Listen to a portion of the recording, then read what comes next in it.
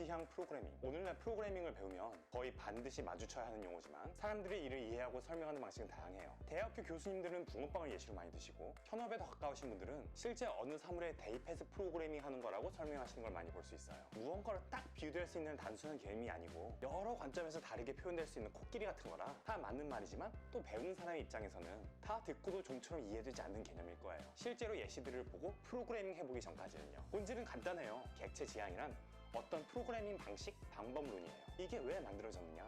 우리 프로그래머들이 프로그래밍을 더 쉽게, 더 잘하기 위해서죠. 얄팍한 코딩 사전에서는 바로 이 관점에서 객체 지향을 설명해 보도록 할게요. 비유가 컴퓨터 공학적으로 정확히 맞아 떨어지는 것도 아니고 자바로 작성해서 보여드릴 코드들도 베스트 프랙티스는 아니니까 어디까지나 쉬운 이해를 위한 풀이로 들어주시도록 해요. 여러분이 어느 학교의 막내 선생님이에요. 학교의 굳은 일은 여러분 담당이라 오늘 전교생을 데리고 학교 대청소를 하는 일을 맡았어요. 학교를 청소하는 것이 여러분의 작업이고 이 학생들은 컴퓨터의 자원이라고 생각하기로 해요. 여러분이 프로그래밍을 하는 건 이 학생들에게 청소를 시키는 거예요. 자, 코딩을 해볼까요? 자, 영수 이리 와봐. 여기 깨끗한 행주랑 윈덱스 10m 갖고 가서 이것들로 101호 창문들 닦아. 철수도 여기 빈 쓰레받기 가져가서 101호 바닥 쓸고. 견수 너는 새 칠판 지우개 가져가서 101호 칠판 닦아. 혁수이도 행주랑 윈덱스 갖고 102호 창문을 닦고. 영수 행주 깨끗해? 벌어졌으면 빨아오고. 철분이 쓰레받기 다 찼으면 비워. 영수 윈덱스 안 떨어졌어? 떨어졌으면 이렇게 하고. 영수야 101호 창문 다 닦았어? 그럼 101호 창문 가서 닦아. 돌진 너는 이 행주랑 윈덱스 갖고 104호 창문 닦고. 견수 시계 안 지정하니 털어. 자, 너는 뭐 하고 너는 그렇게 해라. 청소는 얼마 하지도 않았는데 코드가 토할 것 같죠? 애들에게 청소 도구들 쥐어서 보내놓고도 하나하나 신경 써줘야 하는 게 프로그래밍이에요. 반복문을 써서 일을 좀 줄여볼까요? 자, 영수야, 여기 행주랑 윈덱스 갖고 101호 창문들이 다 깨끗해질 때까지 행주가 더러워지면 빨고 윈덱스가 떨어지면 리필해가면서 창문들을 이걸로 닦는 거야. 돌출이도 행주랑 윈덱스 갖고 102호 창문들이 다 깨끗해질 때까지 행주가 더러워지면 빨고 윈덱스가 떨어지면 리필해가면서 창문들을 이걸로 닦아. 철분이도 쓰레받기 가져가서 102호 바닥이 다 깨끗해질 때까지 쓰레받기가 차면 비우고 102호 바닥을 쓸어. 전보다는 그나마 나아졌죠. 하지만 여전히 긴 지시들을 학생들 한 명 한 명에게 입 아프게 내려야 해요. 함수 또는 메소드라 불리는 기능을 사용하면 이 수고를 덜 수가 있겠죠. 자, 전체 주목! 지금부터 창문 닦기라는 작업을 정의해서 톡방에 올려준다. 담당 교실을 지정받고 행주와 윈덱스를 받아가서 그 교실 창문들이 깨끗해질 때까지 행주가 더러워지면 빨고 윈덱스 떨어지면 리필하고 창문들을 거듭나 닦는 거야. 바닥 쓸기도 칠판 닦기도 이렇게 정의해서 올렸어. 자, 영수, 여기 행주랑 윈덱스 갖고 102호 창문 닦기 실시. 돌준이도 행주랑 윈덱스 갖고 102호 창문 닦기 실시. 철분이 쓰레받기 가져가서 102호 바닥 쓸기 실시하고 변수 지우개 받아서 102호 칠판 닦기 실시. 너는 뭐 실시? 너는 뭐 실시? 구강 운동량이 현저히 줄었죠. 여기까지는 절차적 프로그래밍에서 가능한 것들이에요. 이 방식으로는 규모가 크지 않은 건물을 청소하는 데는 큰 부족함이 없을 거예요. 그런데 청소할 곳의 범위가 커지고 작업도 복잡해지면 코드도 길어지고 프로그래밍 하기가 점점 벅차겠죠. 그럼 이제 슬슬 객체지향 프로그래밍의 요소들을 넣어볼까요? 자, 얘들아, 우리 좀 더 체계적으로 프로페셔널하게 일을 해보자. 너네 롤플레잉 게임 할 때 클래스 있지? 뭐 전사, 마법사, 무도가 막 이런 역할도 있잖아. 나도 해봤어 이 새끼들아. 바람이 나라 알아? 우리도 클래스라는 걸 둘 거야. 먼저 창문 닦기. 창문 닦기는 깨끗한 행주랑 윈덱스 10m가 템으로 주어져. 창문 닦기가 생성될 땐 담당 교실이 하나 배정이 돼. 창문 닦기가 창문 닫기라는 동작을 수행하면 아까 창문 닫기에다 정했던 그 기능들 말 다시 안 한다. 그것들을 하는 거야. 마찬가지로 바닥 쓸이라는 클래스, 칠판 닫기라는 클래스도 이렇게 정의해서 단톡방에 올려줄게. 자, 영수, 넌 102호 창문 닦기야. 창문 닦기 실시. 혁순이 넌 102호 창문 닦기. 너도 창문 닦기 실시. 너는 뭐 실시. 어휴, 뭔가 체계가 잡히긴 했는데 여전히 입을 나쁘네. 가만, 굳이 한 명 이럴 필요 있나? 자, 너네는 각각 102, 103, 104, 105호 칠판 닦기야. 다들 칠판 닦기 실시. 자, 아무 역할도 없던 한 명에게 클래스로 정의한 아이템과 동작들이 주어져서 창문 닫기, 바닥 쓸이, 칠판 닫기들이 생성됐죠. 이렇게 데이터와 기능이 클래스로 캡슐화된 컴퓨터 자원의 묶음을 객체라고 해요. 대학 교수님들의 비유대로라면 밀가루 반죽과 팥이 클래스라는 틀에 찍혀서 이 객체라는 붕어빵이 나오는 거예요. 전에는 마치 흙을 빚어서 집을 짓는 것처럼 아무런 데이터도 없는 컴퓨터 자원들을 삽으로 떠다가 하나하나 명령을 줘가면서 코드를 짜야 했어요. 하지만 객체지향 프로그래밍을 배운 뒤로는 클래스라는 모형 틀을 만들고 이 흙을 그 틀에 넣고 구우면 모양과 용도가 뚜렷한 벽돌들이 만들어지는 거죠. 선생님이 우리를 불러주기 전에는 우리는 다만 무의미한 메모리 덩어리들에 지나지 않았어요. 짬 낮아서 이런 걸 하는 선생님이 생성자로 우리 불러주었을 때 우리는 비로소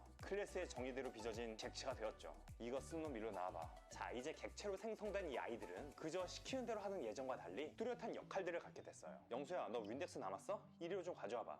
선생님, 클래스 설명서에 정의된 대로 제가 윈덱스를 갖고 일하는 방식이 있는데 선생님께서 제 윈덱스까지 일일이 관여하시면 제 일에도 차질이 생기고 선생님도 번거로우실 거예요. 이렇게 퍼블릭으로 지정된 동작이 있으니까 이 명령어로 지시를 내려주시면 행주는 그에 맞춰서 제가 운영하도록 할게요. 그러네. 네 말대로 하는 게 좋겠다. 창문 닫기 동작 수행해서 너한테 지정된 교실 창문들은 깨끗하게 닦아놔. 이게 객체 지향의 특성 중 하나인 은닉성이에요. 우리가 TV 속을 뜯어보지 않아도 리모컨으로 필요한 조작을 다 할 수 있는 것처럼 내부 구조는 프라이빗으로 감춰놓고 외부에서 조작할 수 있는 명령어만 퍼블릭으로 공개해 놓는 거죠. 이로써 바깥의 간섭으로 발생하는 오류를 방지할 수 있고 남이 만든 클래스의 객체들도 일일이 뜯어볼 필요 없이 제공되는 기능들을 그대로 사용할 수 있는 거죠. 이제 창문 닫기들은 다 묶어서 창문 닫기 메소드로, 바닥 쓸이들은 바닥 쓸기로, 칠판 닫기들은 칠판 닫기로 일을 시킬 수 있게 됐어요. 그런데 생각해보면 여기에도 낭비가 있죠. 얘네는 결국 역할만 다를 뿐 다 함께 청소를 하는 건데 한 명령으로 모두에게 일을 시킬 수 있다면 더 좋을 거예요. 많은 객체 지향 언어들에서 사용되는 인터페이스를 써보죠. 청소 담당이라는 인터페이스를 만들고 여기에 청소와 교실 이동이라는 메소드를 넣어놔요. 이 메소드가 뭘 실행하는지는 여기서 정의하지 않아요. 창문 닫기 클래스의 버전 2를 만들어서 이 인터페이스를 적용해보죠. 청소 담당 인터페이스가 적용된 클래스는 필수적으로 청소 담당에 들어간 메소드를 정의해야 해요. 창문 닫기의 경우 청소 메소드는 창문 닫기를 실행하는 걸로 하죠. 교실 이동은 담당 교실을 인자로 주어진 교실로 바꾸는 거예요. 바닥 3와 칠판 닫기 클래스도 버전 2를 만들어서 역시 청소 담당 인터페이스를 지정해 줍시다. 자, 이제 창문 닫기와 바닥 3, 칠판 닫기 모두 청소라는 동일한 메소드로 일을 시킬 수 있게 됐어요. 이들 모두 청소 담당이라는 인터페이스를 적용한 클래스이기 때문에 이렇게 청소 담당이란 카테고리의 묶음에 다 같이 들어가서 청소 메소드 호출 한 번으로 지시가 내려질 수 있는 거예요. 인터페이스로 묶이지 않은 각각 다른 클래스들에서 메소드명만 똑같이 하는 걸로는 이게 되지 않아요. 자, 클래스 안 부여받은 사람 없지? 청소 한번 전원 청소 실시! 오, 한마 이거 편하구만 해. 객체 지향에 강력하면 여기서 끝나지 않아요. 클래스들을 가지고 또 다른 클래스들을 조립해낼 수 있죠. 얘네들 아예 그룹을 지어서 반별로 일을 시키는 게 낫겠다. 자, 얘들아 단톡방 한번 봐봐. 교실 청소팀이라는 팀 규모의 클래스를 정해놨어. 창문 닫기 2, 바닥 3 셋, 칠판 닫기 하나가 한 팀을 이루는 거야. 이 팀의 교실 청소라는 지시를 내리면 팀원 전원이 자기 클래스대로 청소를 하고 각 팀의 청소 완료 여부를 물으면 창문, 바닥, 칠판이 모두 깨끗할 때 오케이 하면 돼. 교실 이동 지시는 당연히 팀원 모두가 새 교실로 이동하는 거고. 어디 보자. 너부터 너까지 교실 청소팀 1팀으로 모여. 자, 1팀 교실 청소 시작하고 너부터 시작해서 102호부터 105호까지 인원 채워서 교실 청소팀으로 모여. 자, 다 모인 팀들 교실 청소 실시! 1팀 101호 다 했으면 201호로 가서 청소하고 학생 단위로 일을 시키다가 이젠 교실 단위로 묶어서 명령을 내릴 수 있게 됐죠. 진짜 기똥차지 않나요? 그런데 이 교실 청소팀만으로는 청소할 수 없는 교실들이 있어요. 과학실의 경우 실험 도구들이 있어서 이걸 청소할 인원이 따로 필요하거든요. 기존 교실 청소팀 인원에 실험 기구 청소를 위한 인원과 동작을 추가한 과학실 청소팀이란 클래스를 만들어줘야겠죠. 물론 이렇게 아예 새로 정의할 수도 있어요. 그런데 실험 기구 관련해서 일부가 추가된 건 빼고 그냥 교실 청소팀이랑 다 똑같은데 중복이 크죠. 여기서 객체 지향의 상속을 이용할 수 있어요. 교실 청소팀을 상위, 보모 클래스로 해서 여기에 필요한 것들을 더 추가한 과학실 청소팀이란 자식 클래스를 만드는 거죠. 이렇게 교실 청소팀을 상속받는다고 정의하면 교실 청소팀에서 지정한 변수들과 메소드들을 그대로 물려받아요. 여기에 실험기구 닫기란 변수 그리고 메소드마다 얘한테 시킬 것만 추가하면 되는 거죠. 이런 식으로 음악실 청소팀, 컴퓨터실 청소팀도 간편하게 정리할 수 있겠죠. 포유류에서 개, 고양이, 말이 파생되는 것처럼 비교적 추상적인 부모 클래스에서 보다 구체적인 자식 클래스가 만들어질 수 있는 거예요. 그럼 아까 정의했던 창문 닫기 등의 클래스들 다시 살펴볼까요? 다들 공통적으로 담당 교실이라는 변수를 갖고 있죠. 뭔가를 상위 클래스로 둘 수 있지 않을까요? 교실 청소 당번이라는 클래스를 만들기로 해요. 다만 이 클래스는 추상적을 뜻하는 abstract를 붙여요. 이 추상 클래스로는 객체를 만들 수가 없어요. 누구한테 너는 교실 청소 당번이야 라고만 할 수는 없다는 얘기예요. 개라 불리는 동물, 고양이나 불리는 동물은 있지만 어떤 생물을 이거는 포유류라는 동물이야 하진 않죠. 직업이 뭐냐고 물을 때 전문직이라고 대답하진 않잖아요. 특정 객체를 이걸로 부르기엔 너무 추상적이라는 거예요. 마찬가지로 이 교실 청소 당번은 그 자체로서가 아니라 이를 상속한 자식 클래스로만 객체가 생성돼요. 자식 클래스들의 공통 부모 역할만 위한 클래스인 거죠. 담당 교실 변수를 이 클래스로 옮기고 청소 담당 인터페이스에 있던 것들도 가져오기로 해요. 청소 메소드는 교실 청소 당번에서는 그냥 비워뒀다가 창문 닫기에서 이렇게 덮어 씌우면 되는 거예요. 이렇게 부모 클래스에서 정의된 메소드의 작업이 자식 클래스에서 다른 걸로 오버라이드, 대체될 수 있는 걸 객체 지향의 다형성이라고 해요. 중국집에서 탕수육 주세요 하면 일반 탕수육이 나오지만 이를 상속한 사천식 중국집에서는 탕수육 주세가 오버라이드 돼서 시뻘건 탕수육이 나오는 거죠. 창문 닫기 등을 이렇게 교실 청소 당번을 상속해서 만들면 코드도 줄고 보다 체계적이고 안정적인 코드를 짤 수 있겠죠. 교실 청소 당번이라는 카테고리를 묶어서 인터페이스에서 그랬듯 한꺼번에 명령을 내릴 수도 있고요. 그러면 인터페이스는 쓸모없는 거 아니냐고요? 상속은 트리 구조의 상하 관계가 뚜렷하기 때문에 때문에 한 자식이 두 부모로부터 상속받는 게 언어마다 불가능하거나 부작용들이 있어요. 반면 인터페이스는 이로부터 자유로워요. 박쥐와 날다람쥐는 포유류란 부모에게서, 날치는 어류란 부모에서 상속받지만 난다는 기능을 인터페이스로 장착해서 대다수 조류와 곤충처럼 날짐승이란 카테고리 안에 들어갈 수 있는 거죠. 우리 프로그래머들은 IT 전문직이라는 부모 클래스에서 상속받지만 대형차 면허, 한식 자격증, 공인중개사 자격증도 인터페이스로 딸 수 있는 거고요. 상속은 물려받는 것, 인터페이스는 장착하는 거라고 생각하시면 편할 거예요. 알겠나요? 한국에서 가장 많이 쓰이는 객체 지향 언어인 자바를 예시로 들어서 객체 지향의 여러 특성들과 기능들을 설명해 봤어요. 제가 보여드린 객체 지향 언어의 기능들과 객체 지향의 활용법은 지극히 일부에 불과하고요. 객체 지향 디자인 패턴 등을 찾아 공부해 보시면 크고 복잡한 문제들을 세련되게 해결할 수 있는 객체 지향의 강력함을 맛보실 수 있을 거예요. 사실 객체 지향은 아까 말했듯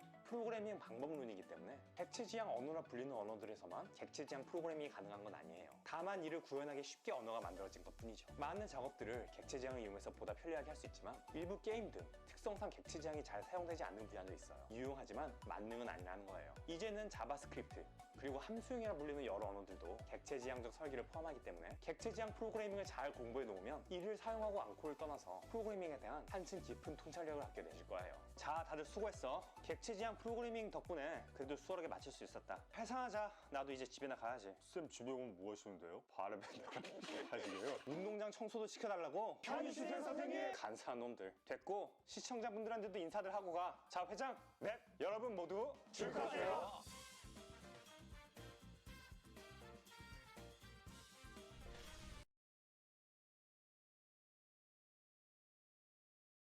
여기는 우리 집 신발장. 쾌쾌한 냄새 대신 상쾌하죠? 신발장용. 가슴 뛰게 더 맵고 더 깊다. 신라면 더 레드 출시. 네, 안녕하세요 여러분. 오늘은 객체와 클래스에 대해서 설명을 쉽게, 아주 쉽게 해보려고 합니다. 자, 같이 시작하시죠. 먼저 객체란 무엇일까? 객체란 상태가 있고 행동을 하는 실체를 의미합니다. 이게 무슨 말이냐면, 자, 쉽습니다. 자동차를 예를 들어 볼게요. 지금 옆에서 보시는 것은 SUV 니로 하이브리드 사진입니다. 이게 뭐 뒷광고나 앞광고 뭐 그런 게 아니고요. 저희 집 차가 니로 하이브리드라서 그냥 이 사진을 들고 와본 거고요. 지금 니로가 중요한 게 아니고, 자, 사진 속의 차, 보이는 이 차, 이게 객체입니다. 무슨 말이냐면, 차는 자, 모델명, 현재 속도, 구동 방식, 크기 등등의 여러 가지 상태 정보가 있고, 동시에 직진, 후진, 좌회전, 우회전, 가속, 감속, 브레이크 등등 여러 가지 행동들을 할 수가 있습니다. 이렇게 상태를 가지고 있고 어떤 행동들을 하는 실체, 이 실체를 바로 객체라고 합니다. 자, 이해를 돕기 위해 다른 예를 더 들어볼게요. 우리 사람도 객체라고 볼 수 있습니다. 왜냐하면 이름, 나이, 성별 등등의 상태가 있고 먹거나 놀거나 공부하고 자는 등의 행동을 하죠. 하늘에 떠다니는 구름, 이 구름도 객체라고 볼 수 있습니다. 크기, 고도, 모양 등등의 상태가 있고 움직이거나 비를 내리는 등의 행동을 하죠. 밤마다 보이는 저 멀리 있는 달, 이 달도 객체라고 볼 수 있죠. 달의 크기가 있고 색깔, 지구로부터의 거리 등등의 상태가 있으며 자전하거나 공전하는 등의 행동을 하기 때문입니다. 자, 이처럼 객체는 상태가 있고 행동을 하는 실체라고 설명을 드렸습니다. 그러면 클래스는 뭘까요? 객체의 관점에서 클래스는 어떤 속성이 있고 어떻게 행동하는지를 기술한 설계도입니다. 그러니까 객체의 속성, 그리고 그 객체가 어떻게 행동하는지를 기술한 설계도라는 거죠. 차를 만들기 위해서는 반드시 설계도가 필요합니다. 그죠? 그 설계도를 보면 이 차에는 어떠한 속성들이 있고 어떻게 동작하는지를 자세히 설명하고 있을 거예요. 자, 차 설계도는 차는 아닙니다. 하지만 차 설계도를 보고 차를 만들 수 있죠. 마찬가지로 클래스도 객체는 아닙니다. 하지만 객체는 클래스로부터 만들어지는 거죠. 이해되셨죠?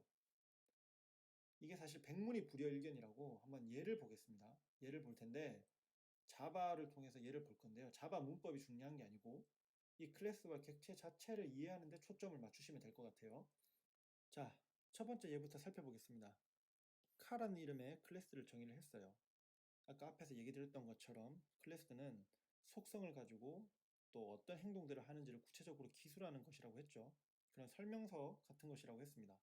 자, 먼저 속성을 정의를 했어요. 차의 속성에는 모델명이 있을 수가 있고 또 속도가 있을 수 있겠죠.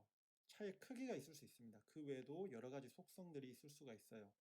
그리고 차는 출발하기도 하고 멈추기도 하고 그 외에도 직진하기도 하고 좌회전, 우회전하기도 하고 가속하기도 하고 뭐 여러 가지 행동들이 있습니다. 자, 이렇게 카라는 이름의 클래스의 자동차의 속성과 행동들을 정의를 했어요. 이게 클래스입니다. 그리고 그 밑에는 뭐냐면 이제 이 클래스를 바탕으로 객체를 만드는 거예요. 자바에서는 U라는 키워드를 통해서 그 클래스의 실제 객체를 만듭니다. 실체를 만드는 거예요. 실체.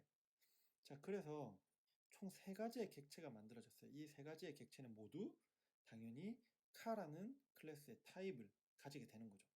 그런데 여기서 하나 주목해 주셨으면 좋겠는 것은 제가 아까 설명을 할 때 객체는 상태 정보를 가진다고 설명을 했고 클래스는 속성에 대한 것을 기술한다고 했습니다. 자, 그래서 다시 보시면 이 카에서 속성이라는 것을 기술했어요. 근데 실제로 이 속성에 대응되는 값, 여기서는 이제 네임, 모델명을 주목을 해보면 이 모델명에 실제로 대응하는 값은 객체마다 다 다릅니다. 첫 번째 마이카라는 이름의 자동차 객체는 니로라는 모델명을 가지고 있고 두 번째는 소나타라는 모델명을 가지고 있고 마지막 세 번째는 스포티지라는 모델명을 가지고 있어요. 즉, 각 객체의 이 이름이 다 다르다는 겁니다. 속성은 네임으로 하나지만 그 네임에 대응되는 상태 정보는 객체마다 다 다를 수 있다는 거예요. 그래서 이 클래스와 객체를 비교할 때에 이 속성과 상태의 차이가 무엇인지 이것을 조금 이해를 하면 좋을 것 같아요. 두 번째 예제로 넘어가서 이번에는 카운트라는 클래스를 만들어 봤어요. 카운터는 어떤 클래스냐면 어떤 거를 세는 것, 숫자를 카운트한다고 하죠. 어떤 거를 세는 것을 정의한, 기술한 클래스입니다. 그래서 보면 내부적으로 일단 어떤 속성을 가지냐면 카운트라는 속성을 가져요. 하나, 둘, 셋, 넷 이렇게 차례차례 세야 되니까 카운트라는 속성을 가지고 어떠한 행동들을 하냐면 인크리먼트라고 해가지고 하나하나 카운터를 증가시키는 것, 그런 행동이 하나가 있고 숫자를 다 셌으면 몇 개를 셌는지 궁금하잖아요. 그때 카운트한 정보를 가지고 오는 행동을 하는 그 get이라는 이름의 메소드를 또 여기다가 기술을 했습니다. 이렇게 카운터라는 이름의 클래스를 자세하게 어떻게 동작하는지 기술을 했다면 자, 이것을 실제로 객체로 만들어야 되겠죠. 아까 앞에서 봤던 것처럼 U라는 키워드를 통해서 카운터라는 클래스 타입의 객체를 2개를 만들었습니다. 하나는 애플 카운터고 하나는 오렌지 카운터예요. 자, 여기서 부가적으로 설명을 하고 싶은 것이 있는데 뭐냐면 특정 용어를 하나 설명을 하고 싶어요. instantiate라는 단어가 있습니다. 이게 뭐냐면 사전적 의미로는 예를 들어 설명하다, 예시하다 이런 의미인데 지금 우리 개발에서는 어떤 상황에서 쓰이냐면은 지금 여기 보이죠? U라는 키워드를 통해서 객체화 시켜서 만들다. 이때 instantiate라고 표현을 하고요. 그렇게 instantiate 시켜서 만들어진 객체를 instance라고 표현합니다. 즉, instantiate 시켜서 나온 객체를 instance라고 한다. 그래서 오브젝트와 인스턴스는 좀 혼용해서 사용을 해요. 이거를 좀 설명을 드리고 싶었고요. 자, 마지막으로 세 번째 예제를 한번 보도록 하겠습니다. 이제는 뭐 쉬울 거예요. 자, 한번 보시면 이번에는 스위치라는 이름의 클래스를 만들었습니다. 스위치라는 이름, 껐다 켰다는 그 스위치겠죠. 그래서 내부적으로 어떤 속성을 가지냐면 state라는 속성을 가집니다. state라는 속성을 가져요. 당연히 지금 켜져 있는지 혹은 꺼져 있는지 정보를 저장해야 되니까요. state라는 속성을 가지고 있고 켜는 행동을 하는 메소드 on, 끄는 행동을 하는 메소드 off, 그리고 지금 현재 상태를 알 수 있는 이주 on 이라는 메소드를 이렇게 클래스로 기술을 했어요. 그리고 이제 인스턴스, 객체로 만들어야 되겠죠. U라는 키워드를 통해서 TV 스위치라는 객체를 만들었습니다. 자, 어떻게 이해가 좀 되셨나요? 그래서 이제 정리를 하면 내가 원하는 속성 또 행동을 구체적으로 기술한 것이 바로 클래스입니다. 그래서 일종의 클래스는 어떻게 보면은 내가 정의하고 싶은 타입이에요. 속성과 행동을 가지는 타입인 겁니다. 그리고 그렇게 기술한 대로 실체화된 것이 바로 객체인 거죠. 이해가 되시나요? 자, 오늘은 이렇게 간단하게 객체와 클래스에 대해서 알아봤습니다. 혹시 이 영상이 도움이 됐다면 구독, 좋아요, 알림 설정까지 부탁드립니다. 감사합니다. 무료 툴 블렌더 3D로 미디어를 만들어서 취업을 하거나 돈을 버는 크리에이터가 될 수 있다면 믿으시겠습니까? 누적 수강생 7,000명 이상이었던 호야초의 블렌더 3D 클래스가 새로운 강의로 최초 공개됩니다. 우리 수업에서는 기능 및 인터페이스부터 작은 무대, 집, 소품, 캐릭터 등 다양한 작품을 같이 만들어 보면서 기초부터 상급자까지 가는 과정으로 3D 전반의 기술을 배울 것입니다. 저 호야초는 2D 디자이너로 7년, 3D 디자이너로 3년을 현업에서 일했고 현재 창업하여 외주 및 미디어를 개발하고 있습니다. 그렇기에 단순히 모델링이나 캐릭터만 다루는 것이 아닌 3D 전반을 다루게 될 것입니다. 기존의 호야초 강의에서 질문 응답 댓글이 13,000여 개였습니다. 수강 시에 막히는 부분을 질문하지 못해 답답한 경험 있으시죠? 호야초의 강의에는 여러분들이 수강 시 막히는 부분을 Q&A가 항상 열려 있습니다. 새로운 호야초의 블렌더 강의는 윈도우 버전과 맥 버전의 영상이 각각 따로 제공됩니다. 여러분들이 가진 기기에 맞게 수강하실 수 있습니다.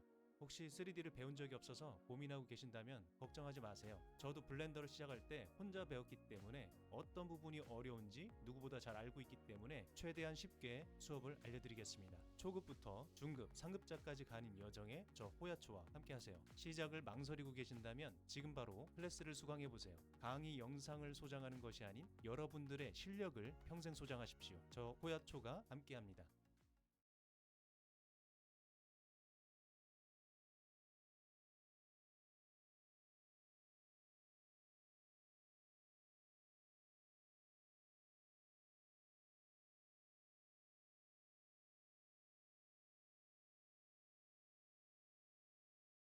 어플리케이션이 실행될 때 객체를 포함해서 데이터가 메모리에 어떻게 저장되는지를 알아야 개발 중에 실수하지 않을 수 있고 어플리케이션의 성능과도 어떻게 연관이 있는지 이해할 수 있기 때문입니다.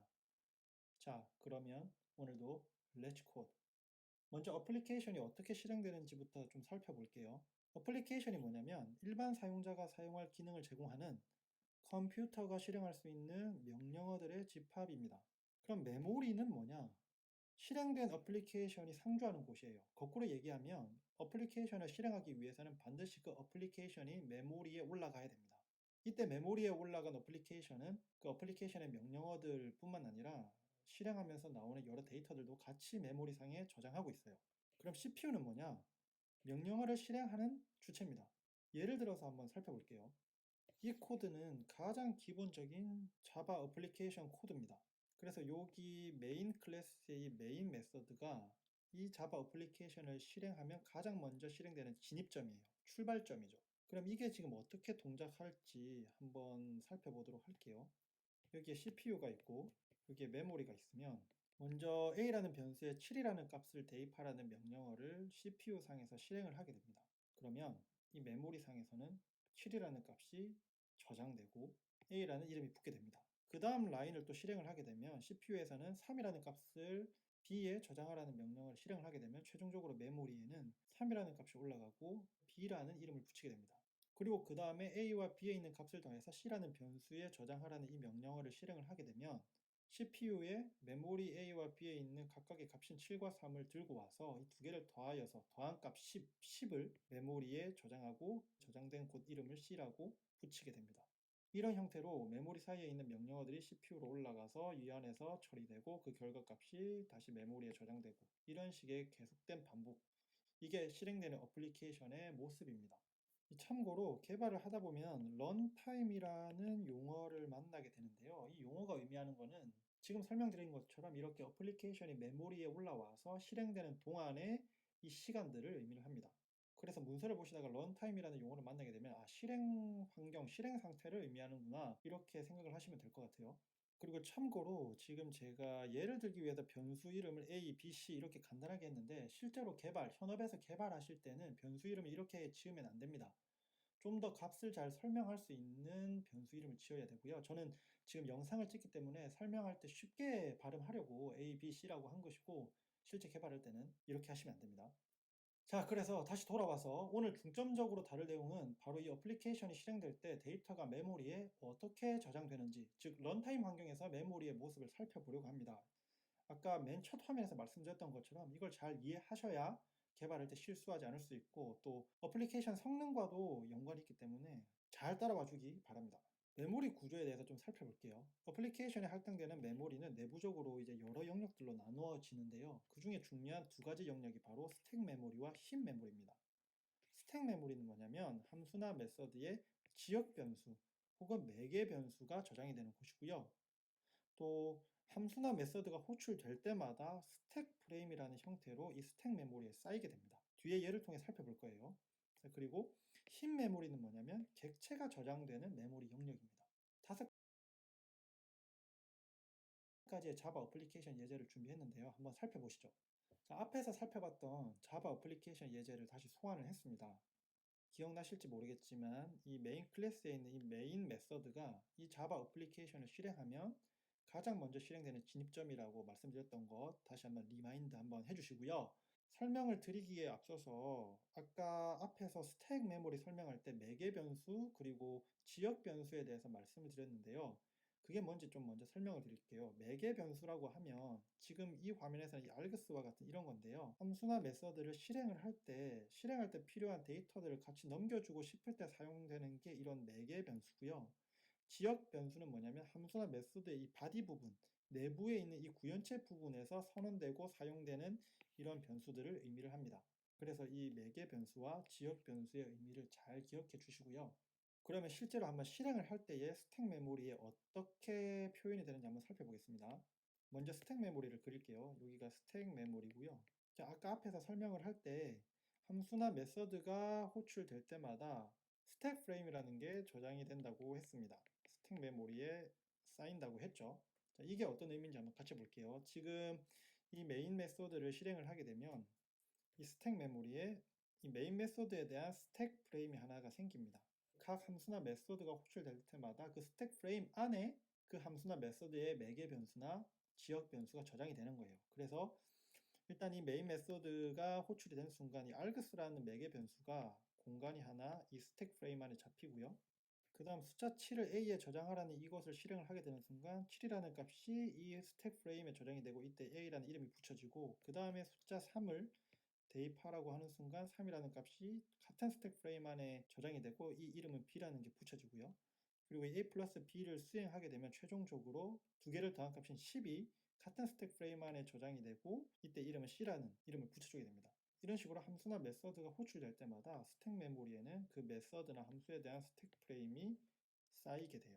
자, 여기서 이 아까 설명을 빠뜨린 게 있는데 이 메인 메서드에 있는 이 args라는 파라미터는 어떤 의미냐면 이 자바 어플리케이션을 실행하면서 추가적인 인풋 데이터를 받을 수 있도록 만들어진 어떤 파라미터예요. 그래서 우리는 예제에서는 이걸 쓰지 않기 때문에 그냥 무시하셔도 괜찮습니다. 자, 어쨌든 이 예제를 통해서 스택 메모리에 스택 프레임이 어떻게 쌓이고 그 스택 프레임 안에 매개 변수와 지역 변수가 어떻게 저장이 되는지를 살펴봤어요.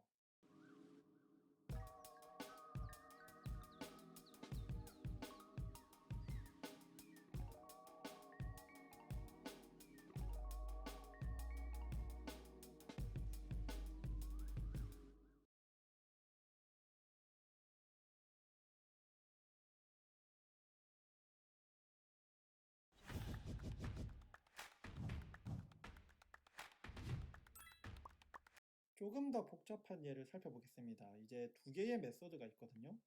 메인 메서드가 있고 이 메인 메서드 내부적으로 이 wow라는 메서드를 호출을 하게 되는데 이 예를 통해서 스택 프레임이 어떻게 쌓이고 또 어떻게 사라지는지 이것들을 좀 살펴보려고 합니다. 한번 잘 지켜봐 주세요.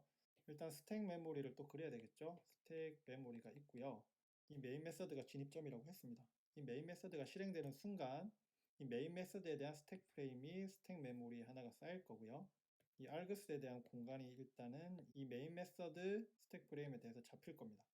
그리고 그 다음 라인을 실행을 하게 되면 100이라는 값을 a라는 변수에 저장하라고 했기 때문에 이 메인 메서드의 스택 프레임에 100이라는 값을 넣고 a라는 이름을 붙여줍니다. 그리고 이 wow라는 메서드를 호출을 하게 되면 이 부분으로 넘어가게 되면서 wow 메서드에 대한 스택 프레임이 스택 메모리에 쌓여야 돼요. 그래서 wow 메서드를 위한 스택 프레임이 이렇게 생기고요. 그 안에는 먼저 매개 변수가 있기 때문에 num이라는 이름의 매개 변수가 있고, 지금은 a를 전달했기 때문에 a 안에 있는 값, 이 100이라는 값을 카피해서 이 안에 저장을 하게 됩니다. 그리고 이어서 이 wow 메소드 안에서 num에 있는 100이라는 값과 4를 곱해서 b에 저장하라는 명령어를 실행을 하게 되면 결국 400이죠. 100 곱하기 4는 400이니까 400이라는 값이 이 wow 메소드의 스택 프레임 안에 저장이 되고 거기에 이름을 b라고 붙여주게 됩니다.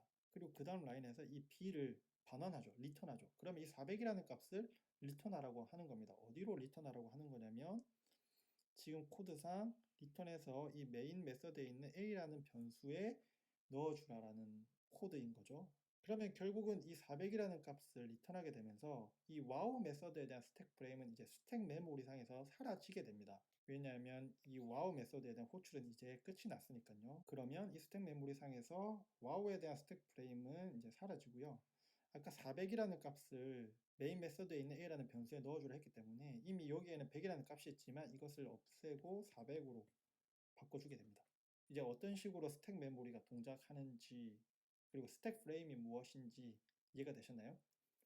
스택 프레임은 메서드나 함수가 호출될 때마다 스택 메모리에 쌓이는 것이고 그 스택 프레임 안에 그 함수나 메서드의 매개 변수나 지역 변수가 저장이 된다. 이렇게 이해를 하시면 될 것 같아요. 자, 보셔서 아시겠지만 스택 메모리에서는 메모리 관리가 함수 호출과 종류에 따라서 자동적으로 스택 프레임이 생겼다가 사라지고 하기 때문에 이 스택 메모리 영역을 개발자가 딱히 관리해 줄 필요가 없습니다. 다만 뭘 기억해야 되냐면 함수나 메서드가 다른 뭔가를 호출하고 또 그 안에서 뭔가를 또 호출하고 그 안에서 또 호출하고 호출하고 또 호출해서 계속해서 끝나지 않고 호출하면 어느 순간 스택 프레임이 스택 메모리에 너무 많이 쌓여서 더 이상 남아있는 스택 메모리 공간이 없으면 어플리케이션은 죽어버리게 돼요. 이게 보통 재기 함수나 재기 메소드를 잘못 작성하면 이런 현상이 발생하거든요. 그런데 오늘은 재기 호출에 관련된 내용은 다루지 않기 때문에 궁금하신 분들은 따로 공부해 보시면 될 것 같습니다. 자, 이제는 힙 메모리가 어떻게 동작하는지를 살펴보도록 하겠습니다. 이 부분부터 이제 정말 중요해요. 객체가 힙에 저장되기 때문에 그런 건데 이 부분 잘 이해하셔야 됩니다. 자, 이전 영상에서도 사용됐었던 카운터 클래스를 다시 한번 소환했습니다. 카운터 클래스는 내부적으로 스테이트라는 상태를 가져요. 몇 번 카운트했는지 정보를 저장하는 스테이트인 거고요.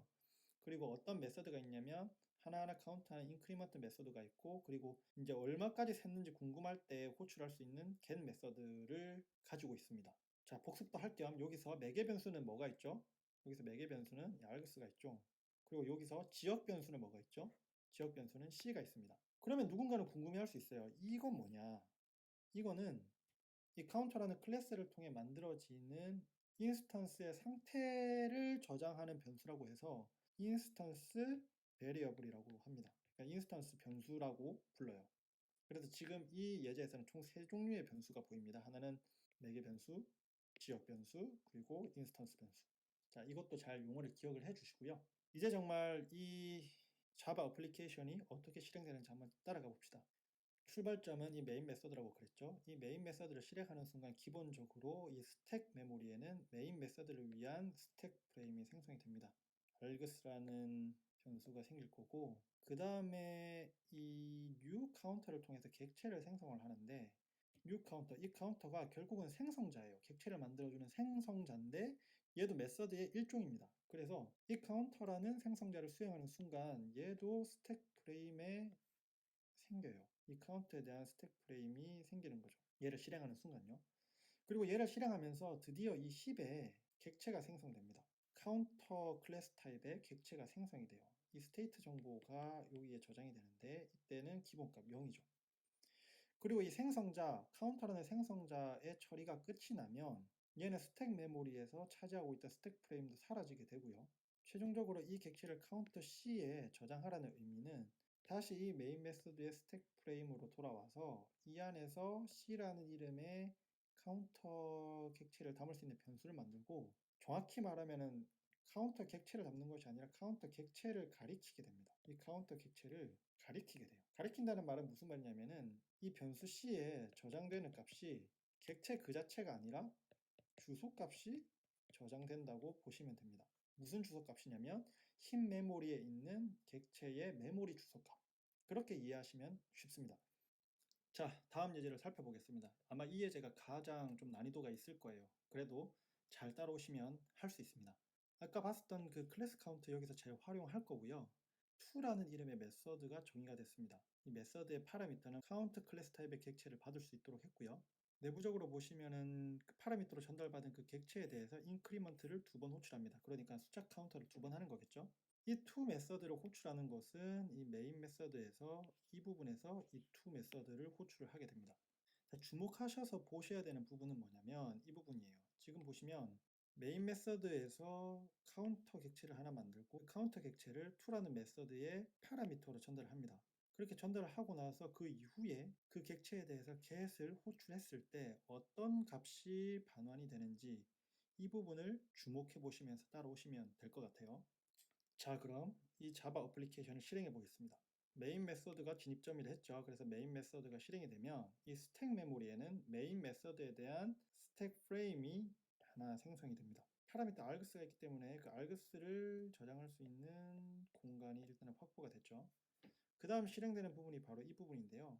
이 카운터 클래스에 대한 객체 생성자, 이 생성자 역시도 메서드의 한 종류라고 했기 때문에 얘도 실행이 되는 순간 스택 메모리에 이 생성자에 대한 스택 프레임이 쌓이게 됩니다. 그리고 제가 앞에서 설명하지 못한 게 하나 있는데 그게 바로 this라는 변수입니다.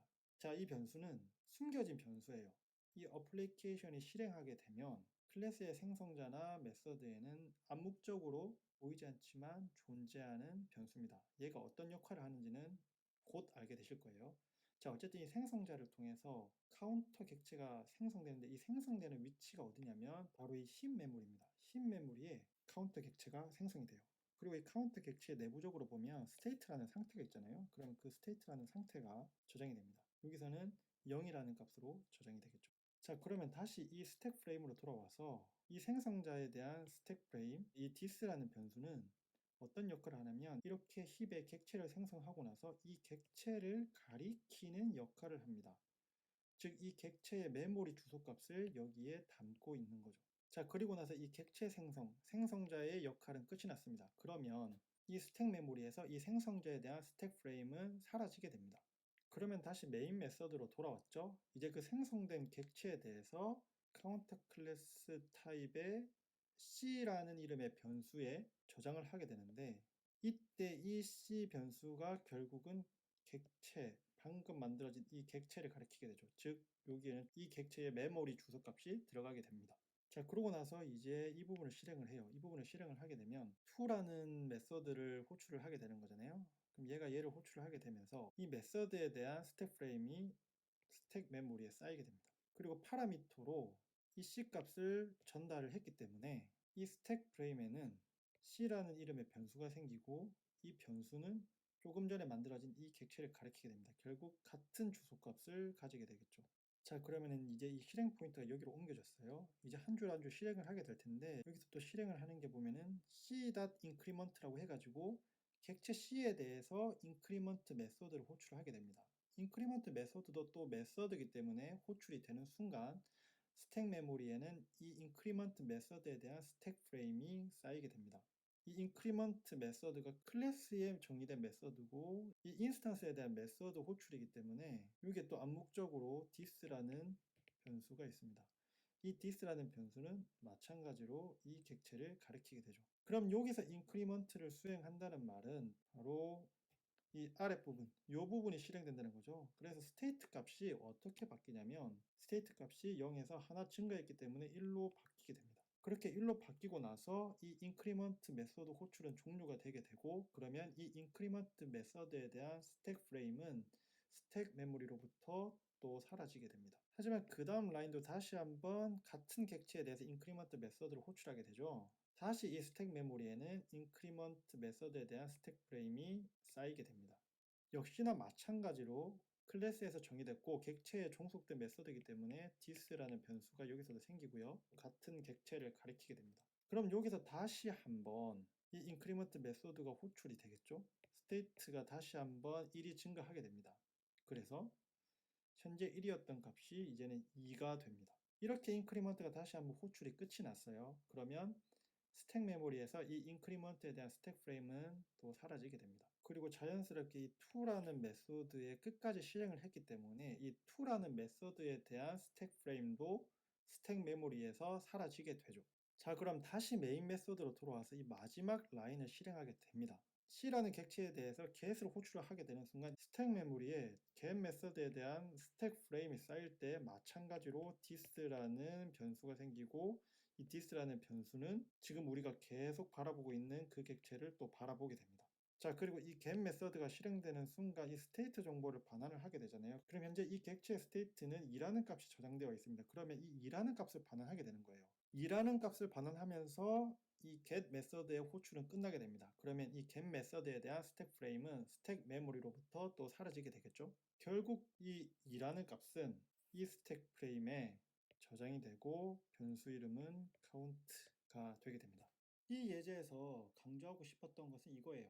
호출된 함수나 메서드가 파라미터로 객체를 전달받아서 그 객체의 상태를 바꾸게 됐다면 그 함수나 메서드 종료 이후에도 그 객체는 변경된 상태 그대로 남아있다. 이 점을 강조하고 싶었어요. 여기 예제에서도 to 메서드가 호출이 될 때 메인 메서드로부터 카운터 객체를 파라미터로 전달받잖아요. 그리고 내부에서 객체의 상태 정보, 여기서는 스테이트죠. 상태 정보를 변화시키고 to 메서드는 종료가 됐는데 그 이후에도 그 객체 상태는 변경된 채로 그대로 남아있다는 점이죠. 그래서 to 메소드 호출 이후에 메인 메소드에서 객체에 대고 get을 호출을 했을 때에 이 2라는 값, 이 2라는 값을 가지고 오게 된 거였죠. 자, 이것은 메인 메소드의 지역 변수 c와 to 메소드의 매개 변수 c가 모두 같은 객체를 바라봤기 때문에 일어난 현상인데요.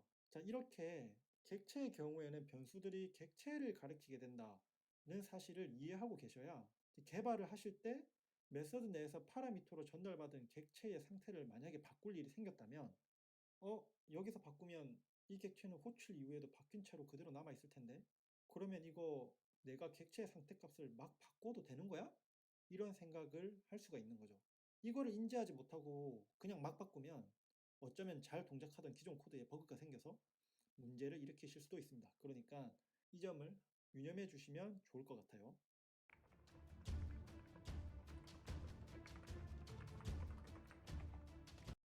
자, 이제 쓰레기 객체를 살펴봅시다.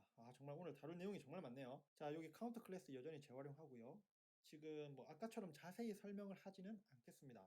주목하셔서 보시면 좋을 게 이 make라는 메서드인데요. 내부적으로 보면은 new count를 통해서 하나 만들고 근데 실제로 리턴하는 것은 새롭게 또 하나 만들어진 객체를 리턴을 해요.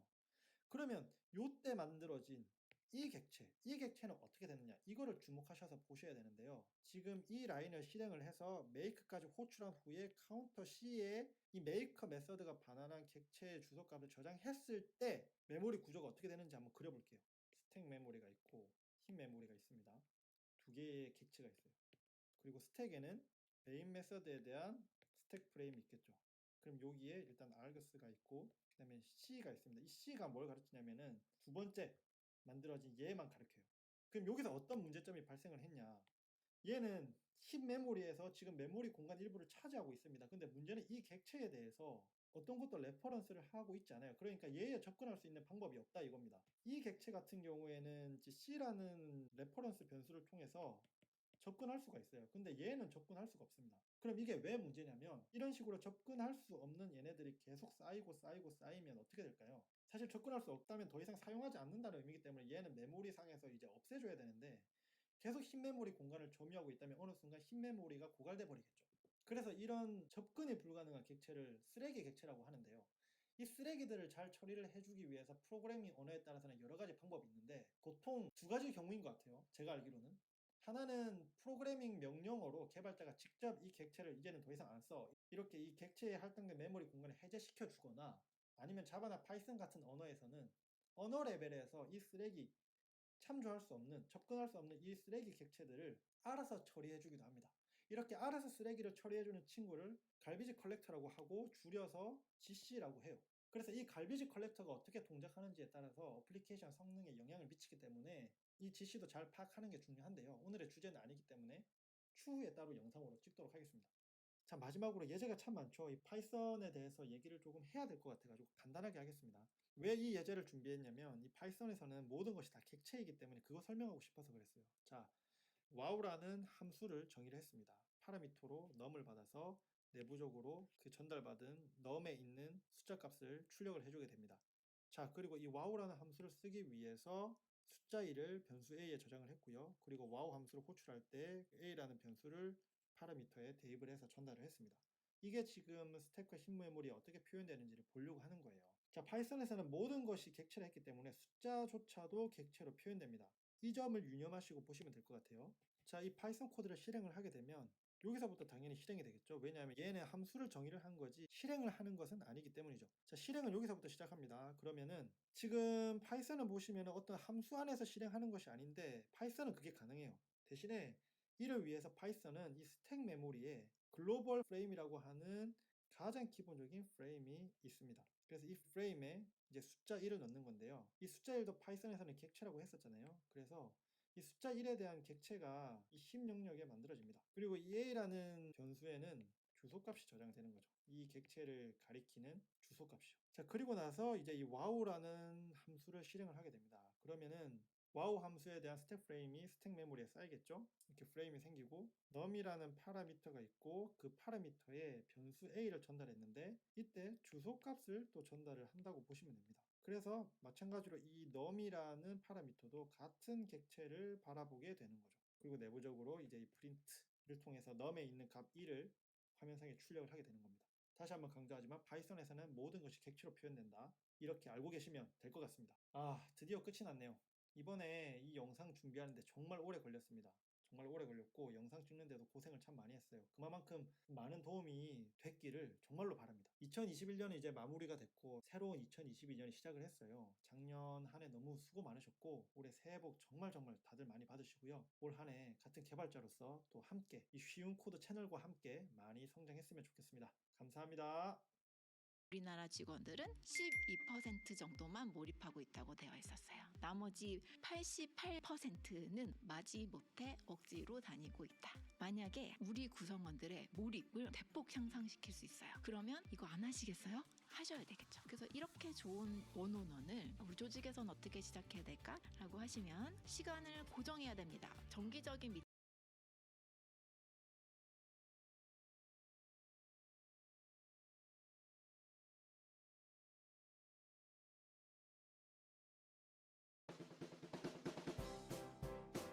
차에서 듣는 얄코 라디오 첫 번째 방송 시작합니다. 저는 얄팍한 유튜버 얄코. 저 미친 독이 미토예요. 내 목소리 이게 아니었는데? 그 웹 공격과 방어 영상에서는 제 목소리랑 똑같았는데 여기서도 그러면 저랑 겹치니까 앞으로는 그 목소리로 설정 오류네요, 설정 오류. 그리고 마지막 기억이 좀 흐릿한데? 사자한테 보안 가지고 막 뭐라고 하다가 뒤졌구나 그때. 지금 죽여놓고 되살려다가 부캐로 쓰겠다는 거 아니에요? 목소리는 헬륨 매겨가지고.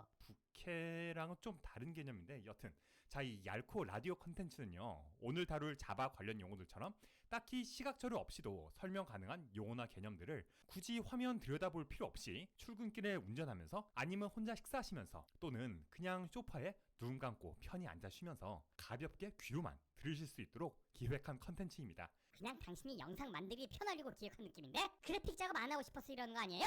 그런 면에서라기보다는요 사람들이 코딩 공부하면서 많이들 궁금해하지만 막 일일이 일러스트 그리고 애니메이션 넣어가면서 영상으로까지 힘들게 만들기엔 좀 애매한 주제도 있잖아요. 가성비 안 나오는 것들요, 가성비. 아니 좀! 어쨌든 종종 그런 주제들도 긴 강의나 영상 준비하는 중간중간에 보다 적은 시간을 들여서 오디오 콘텐츠로 만들면 구독자분들도 보다 많은 내용들을 접하실 수 있을 거고요. 그러면요 우리가요, 네? 열일을 해야 돼요. 네? 가성비를 챙겼으니까요 좋은 컨텐츠들을 아주 그냥 뽑아야 누가 뭐라고 안 하는 거인 거거든요.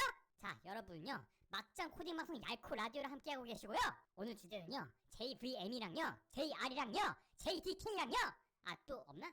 이것들 이렇게 알아볼 거예요. 이번 화는 시범 운행 같은 거라고 생각해 주시고요. 이러한 진행으로 괜찮다면 이후 본격적으로 여러분이 궁금해하시는 내용들로 자주 찾아뵙겠습니다. 자, JVM과 JRE 그리고 JDK 자바 배우시는 분들은 다 접해 보셨을 용어들이죠. 특히 이 JVM이란 용어는 자바 코드보다도 먼저 보셨을 거예요. 자바 가상 머신이다, 뭐 한 번 작성해서 어디에 써든 실행한다, 이런 말들 초반 이론 부분에서 많이들 들으셨을 텐데 이게 구체적으로 무슨 뜻이죠? 거기에 머신이란 말이 들어서 사람 헷갈리게 만드는데 그냥 프로그램이에요. 프로그램. JVM은 그냥 프로그램이다. 그럼 뭐 하는 프로그램이냐? 우리가 코딩할 때 쓰는 자바나 C, 파이썬 같은 언어들은 사실 우리 같은 사람이나 토끼가 보기 편하려고 만드는 거란 말이에요. 컴퓨터는 이거 못 읽어요. 컴퓨터는 0이랑 1만 알아듣는 거, 이거 다 알잖아요. 제가 여러분을 존중을 하기 때문에 이거 다 안다고 가정하고 내가 얘기를 하는 거거든요. 그러니까 이 컴퓨터 애들은 0, 1, 0, 0, 1, 0, 0, 1, 1, 1, 0 막 이렇게 쓴 걸 갖다 줘야 알아먹는다는 얘기죠. 기계어라고 하죠. 이진수로 된 바이너리로 작성된 언어. 근데 이 기어는 또 우리가 읽고 작성하기엔 토나거든요. 모니터에 막 110010, 1110, 0010 이렇게 써있으면 어떻게 읽어요 그걸? 이걸로 실무 코딩할 수 있는 개체는 토끼 중엔 없어요, 제가 알기로는. 뭐 저희 인간 중에서도 의미 있는 명수는 안 나올 거예요. 폰 노이만이 그랬다는데 뭐 그것도 많이 단순한 옛날 프로그램이고, 우리도 그 용군 같던 선주분은 좀 가능하시지 않을까, 그 정도죠. 여튼 우리가 읽고 작성할 수 있는 프로그래밍 언어를 컴퓨터가 알아들 수 있는 기계어로 바꿔준 작업을 C나 자바 같은 컴파일 언어에서는 컴파일러가 진행을 해주는 거잖아요. 우리가 코딩한 결과가 미리 기계어나 그에 가까운 언어로 컴파일, 번역이 되는 거죠. 컴파일러라는 번역가에 의해. 파이썬 같은 인터프리터 언어는 일단 논외로 할게요. 그럼 이 JVM이 있는 자바는 같은 컴파일 언어인 C 등이랑은 어떤 점에서 다른 거죠? 이 컴퓨터들이요, 얘네가 또 다 같은 기계어를 쓰는 게 아니에요. 0이랑 1로 돼 있다고 다 같은 언어가 아닌 거거든요. 똑같이 C로 짜서 컴파일한 기계어인데 윈도우에서 돌게 컴파일한 거는 맥이나 리눅스에서는 또 안 돈다 이 말이에요. 그럼 어떻게 해야 돼요? 프로그램이 돌 환경, 컴퓨터마다 거기에 맞는 기계어로 일일이 번역을 해줘야 돼요. 그래서 제가요, C 프로그래밍 할 때요, 지껏 컴파일해서 줬는데 내 컴퓨터에서 안 돈다 그러면 이런 C 프로그래밍, 자, 알겠고요. 에이 C 그런 프로그래밍. 문제를 해결하기 위해 만들어진 게 자바의 JVM인 거죠. 쉽게 말하자면 각 종류의 컴퓨터마다 JVM이라는 전담 통역 센터가 있는 거예요. 주제 대사관 같은 거라고 생각하셔도 돼요. 우리가 자바로 코딩을 하고 나서 컴파일을 하면 기계어는 아니고 바이트 코드라는 게 생겨요. 사람이 쓴 자바 코드에서 컴퓨터가 읽는 기계어로의 중간 단계에 있는 코드라고 생각하면 돼요. 우리가 자바로 hello.java를 작성하고 나서 파워쉘이나 터미널에 있는 JVAC, 자바 컴파일러죠. 이 JVAC 띄고 hello.java 이 명령을 내리면 같은 위치에 hello.class가 만들어지는 거거든요. 이 .class 파일이 바이트 코드인 거예요. 자바를 컴파일해서 점 클래스 바이트 코드. 그렇게 노래로 외우는 거예요?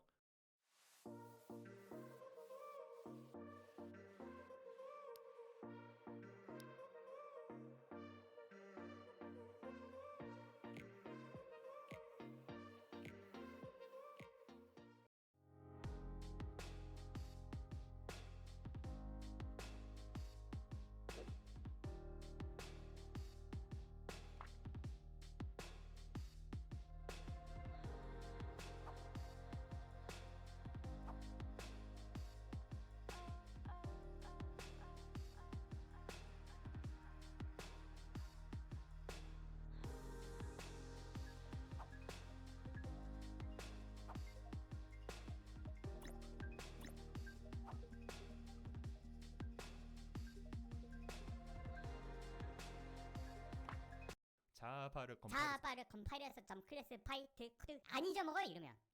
여튼 이 바이트 코드를 실행할 컴퓨터에 깔린 JVM에 갖다 주면 그 컴퓨터가 이 프로그램을 실행할 때 이 JVM이 바이트 코드를 그때그때 기계어로다가 통역을 해주는 거예요. 이 바이트 코드를 쓴다는 거에서 또 부수적으로 나오는 장점이 뭐냐면 자바뿐만이 아니라 그루비나 스칼라, 클로저, 그리고 안드로이드 만들 때 접하는 코틀린 같은 언어들도 다 이 JVM 전용 바이트 코드로 컴파일이 되거든요. 그 언어들로도 JVM을 돌리는 기계에서의 프로그램을 짤 수 있는 거죠. 아니 그럼 자바나 코트린 말고 스클라나 그루비 갖다가도 안드로이드 앱을 만들 수 있는 거란 말이에요? 굳이 하자면 할 수 있어요. 자료나 그런 게 많지 않아서 그렇지.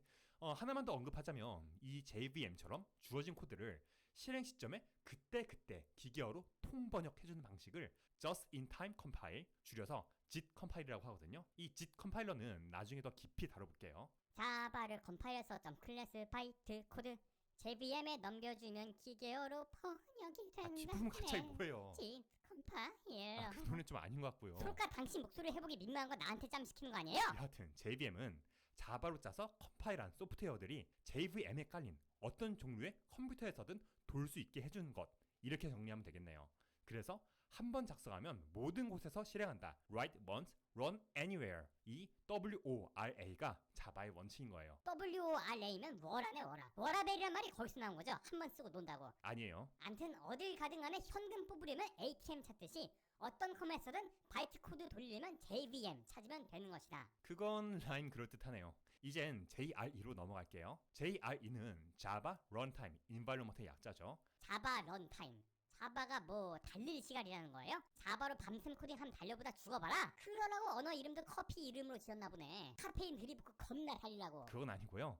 자, 이 런타임이라는 게 컴파일 타임이랑 대조되는 말이거든요. 컴파일이라는 건 아까 얘기한 그 번역 작업, 즉 코딩 다 하고 이걸 실행하거나 배포하기 전에 미리 해두는 번역 작업이잖아요. 그걸 하는 시점을 컴파일 타임이라고 하는 거고요. 런타임은 반대로 이걸 run, 실행하는 시점을 말해요. 그러니까 이 JRE, 자바 런타임 환경이라는 건 자바로 짠 소프트웨어가 컴파일 및 빌드까지 다 된 다음 이를 사용할 곳에 주어져서 실행이 될 때 그 환경 요소들로서 필요한 것들인 거죠.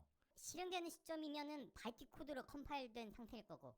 아니, 그럼 그걸 JVM이 기계어로 읽어주면 되는 건데 왜 또 뭐가 필요하다는 거예요? 소프트웨어란 게 딱 우리가 자바나 그런 언어로 작성한 코드만으로는 돌아갈 수 있는 게 아니거든요. 예를 들어서 우리가 자바의 자료 구조 기능들인 리스트나 맵, 셋 같은 걸 사용할 수 있는 이유는 우리가 그런 기능들을 일일이 다 구현을 했기 때문이 아니라 그것들이 바이트 코드로 컴파일된 클래스로 제공이 되기 때문이에요. 내가 당신 말을 검증을 해봐야겠어. 컴퓨터에 JRE 깔린 데 들어가서 어딨어? 안 보이는데? 아, 이 RT.점 자를 찾아서 압축 푸니까 진짜 다 나오네요. 리스트.클래스 같은 거. 이것저것 되게 많죠. 점 클래스 파일들이. 이 기능이 다 여기 들어있는 거였구만. 그래서 이처럼 널리 쓰이는 그리고 JVM에서 도는 라이브러리들을 JVM이랑 세트로 묶어다가 다운받아 설치될 수 있도록 한 게 이 자바 런타임 환경 JRE예요. 그럼 예전에 윈도우에서 가끔 무슨 프로그램 설치할 때 자바 필요하다면서 무슨 뭐 다방 커피잔 같이 뜨고 설치되는 게 이 JRE인 거네요? 그쵸. 위에서 말했듯 어떤 컴퓨터든 이 JRE만 깔리면 자바로 작성한 프로그램을 돌릴 수 있게 되는 거죠. 이 JRE가 JVM도 포함을 하고 있거든요. 어떤 컴퓨터에든 인터넷 익스플로러를 까면 액티브엑스를 돌릴 수 있는 것처럼요. 예시를 들어도 재수없게. 근데 왜 요즘 JRE가 눈에 덜 띄는 것 같지? 여기 지금 오라클 사이트 들어가서 보니까 자바 11은 JRE는 안 보이고 JDK라는 것만 보이는데 이건 왜 그런 거예요? 이참에 JDK까지 설명을 하는 게 좋겠네요. JDK는 Java Development Kit, 말 그대로 자바 개발 도구의 약자인데요. JRE가 JVM을 포함하는 것처럼 JDK도 JRE, 즉 자바의 런타임 때 필요한 요소들도 포함을 해요. 거기에 추가해서 JDK에는 개발에 필요한 것들, 이를테면 자바 코드를 컴파일할 때 쓰는 JDAC, 자바를 디버깅할 때 쓰는 JDB, 서로 연관이 있는 클래스들을 하나의 jar 파일로 묶어주는 jar, 기타 등등 위키피디아 JDK 항목 보시면 쫙 나와 있어요. 이처럼 최종 사용자가 아닌 프로그래머를 위한 기능들도 같이 탑재를 하고 있는 거죠. 그런데 JRE를 따로 제공을 안 하면 어떡해요? 일반인들도 개발자 도구까지 다 받아야 되나? 전 국민의 개발자 같은 거예요? IT 환경이 계속 바뀌면서 이런 것들도 변화를 해요. 예전에는 최종 사용자들이 자바 프로그램 돌리려면 아까 그 커피 그려진 화면 나오는 JRE를 따로 설치하고 그랬는데 사실 이것도 딱히 좋은 그림은 아니잖아요. 자바 11은 개발자가 배포하는 자바 프로그램에 JRE랑 JVM 요소들까지 끼워 넣어서 사용자는 그냥 그 프로그램만 받아서 쓰면 되도록 미는 거고요. 그리고 자바 돌리는 서버 같은 경우 그냥 아예 JDK를 설치해서 어차피 용량 크지 않으니까 그렇게 사용을 하는 거죠. 근데 이 JDK도 종류가 되게 여러 가지가 있지 않아요? 뭐 공짜로 쓸 수 있는 것도 있고 돈 내야 되는 것도 있고 그러던데? 네, 일단 헛걸려서는 안 되는 게 자바라는 언어 자체는 무료고요. 이 자바로 뭘 개발할 때 쓰는 툴인 JDK 중에 대표적으로 오라클에서 제공하는 오라클 JDK 등이 상업적 이용에 한해서 유료예요. 개인은 공짜로 써도 됩니다. 무료로 이용하시고자 하는 분들은 같은 오라클의 오픈 JDK나 애주에서 만든 줄루, 아마존에서 만든 코레토 등등 다른 데서 만든 좋은 무료 버전들도 여럿 있고요. 최근에는 마이크로소프트도 오픈 JDK를 출시했죠. 선택지는 굉장히 다양합니다. 이 JDK 배포판에 따라 그에 내장된 JVM도 다를 수 있어요. 유료 버전이랑 무료 버전은 그럼 어떤 차이점이 있는 거예요? 싼 게 비지떡이라고 무료인 걸로 하면 뭐가 막 안 되고 그러나? 회사에서 돈을 받고 제공하는 것들은 아무래도 성능이나 안정성, 최신 기능 등에서 나은 면들이 있죠. 그래서 큰 업체들에서는 그런 버전들을 많이들 쓸 거고요. 하지만 오픈 JDK들도 이를 많이 따라잡은 상태고 좋은 것들은 오라클 JDK 못지않게 쓸만하다고 해요. 어지간한 소프트웨어 개발에는 별 문제가 없기 때문에 서비스의 규모나 특성에 따라서 적합한 걸 선택하시면 될 거예요. 자, 이렇게 JVM과 JRE, JDK를 알아보는 시간을 가졌는데 이것들의 포함 관계를 어떻게 정리를 한번 해볼까요? 자려고 누웠는데 어디서 막 잡음이 들려요. 근데 다음날 코딩을 하려면 잠을 자야 되니까 이런 잡음 따위 가볍게 지려밟고 잠들어지 마 하고 자는데 이 잡음이 계속 들리니까 자다가 깨버리는 거죠. 그래서 JVM 잡음을 JRE 지려밟고 JDK 자다 깨, 잡음을 지려밟고 자다 깨, 이렇게 JVM, JRE, JDK 순서를 외우시면 된다. 잡음을 줄여밟고 자다 깨. 잡음을 지려밟고 자다 깨. 이건 딱히 와닿거나 웃기는 것도 아니고 굳이 이렇게까지 외워야 되나 싶어요. 너님이 가쁜 잔고 왜 나한테 계속 자, 지랄이세요? 얄코 라디오 첫 방송 오늘은 이렇게 마무리하겠습니다. 앞으로 얄코 라디오에서 이걸 다뤄주었으면 시각자료 하는 하나 오늘처럼 없이 이렇게 가벼운 되어버리네? 주제들 있으면 댓글로 남겨주시고요. 이상 얄코와 미투였습니다. 이거는 뭐? 듣고 하세요. 날코야 날코. 날로 먹는 코딩 사전.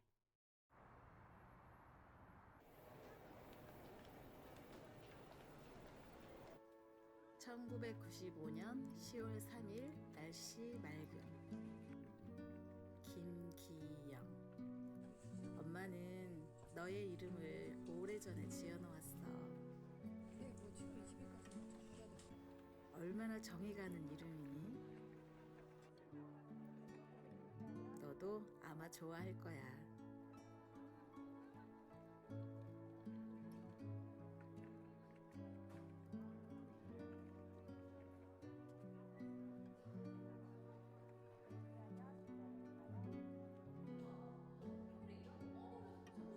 이번 주에 초음파 보러 가면 기영이 숨 쉬는 모습을 볼 수가 있겠구나.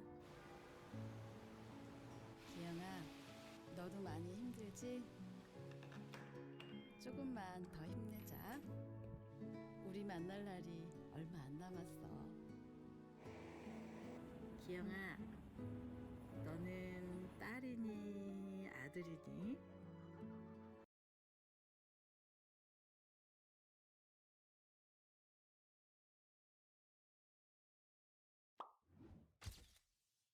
반갑습니다. 얄팍한 개발자 얄코. 미친 토끼 미토예요. 얄코씨 또 내가 무서워요? 그건 또 무슨... 당신도 내가 무슨가? 아니 뭔데? 네? 뭔 일 있었는데 그래요? 내가 진짜 수치가 스러워가지고 수치가 스럽다는 건 또 어느 나라 말이야? 내가 말이에요. 네? 웹사이트에다가 이런 텍스트를 띄우려고요. 네? HTML 코드에다가 한글로 이렇게 타이핑해서 넣었는데요. 이거를 실행해가지고 브라우저에서 보려고 하니까 화면에 내가 적은 거 안 나오고 이렇게 뜨는 거예요. 이게 컴퓨터가 나를 무시해서 그런 거 아니에요?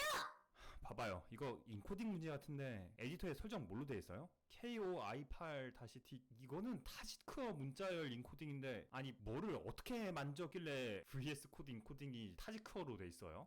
내가 잘못됐다는 거예요? 누가 잘못됐고의 문제가 아니라 자 봐요. 이걸 UTF-8로 설정해서 저장한 다음에 이제 다시 사이트를 열어보면 이렇게 하니까 제대로 나오네? 아니 이 인코딩이란 게 뭔데 글씨를 제대로 쳐놓아도 제멋대로 나오고 그래요? 마침 오늘 주제니까 한번 알아봅시다. 한국인들, 특히 개발자들은 이런 문제 마주한 적 있을 거예요. 한글이 이런 식으로 나오고 하는 거. 보통 한글이 깨진다고 하죠? 왜 깨지는 거예요 이게? 먼저 우리가 컴퓨터에서 어떻게 숫자나 알파벳, 한글 같은 글자들을 볼 수 있는 건지부터 알아볼게요. 컴퓨터가 정보들을 기본적으로 어떻게 저장하죠? 컴퓨터는 그 뭐냐 0이랑 1만 가지고 이것저것 다 하는 거 아니에요? 바이너리. 맞아요. 그런데 사람 보고 0이랑 1만 가지고 정보들을 읽고 쓰라고 하면 좀 곤란하겠죠? 그래서 우리가 사용하는 문자들을 가지고 각각에 대응하는 숫자를 매겨요. 이를테면 대문자 A는 65, B는 66 이런 식으로 말이죠. 숫자는 이진법으로 해서 0이랑 1로 나타낼 수 있겠죠. 그래서 이 표와 같이 사용되는 모든 글자들에다가 각각 숫자를 정해서 매긴 이 문자열 셋을 만드는 거예요. 그러면은 사람이 문자를 입력하면 컴퓨터는 그것들을 갖다가 이 바이너리 숫자로 저장하고 사람에게 보여줄 때는 아까 그 표를 봐가지고다가 해당하는 글자를 찾아서 텍스트로 보여주는 거네요. 맞아요. 그와 같이 사람의 문자를 컴퓨터가 알아볼 수 있도록 바이너리 신호로 바꿔주는 걸 문자 인코딩이라고 하는 거죠. 뭐냐? 그래서 우리가 사람이랑 토끼가 쓰는 글자들을 컴퓨터에다가도 입력하고 보고 할 수 있는 거로구만.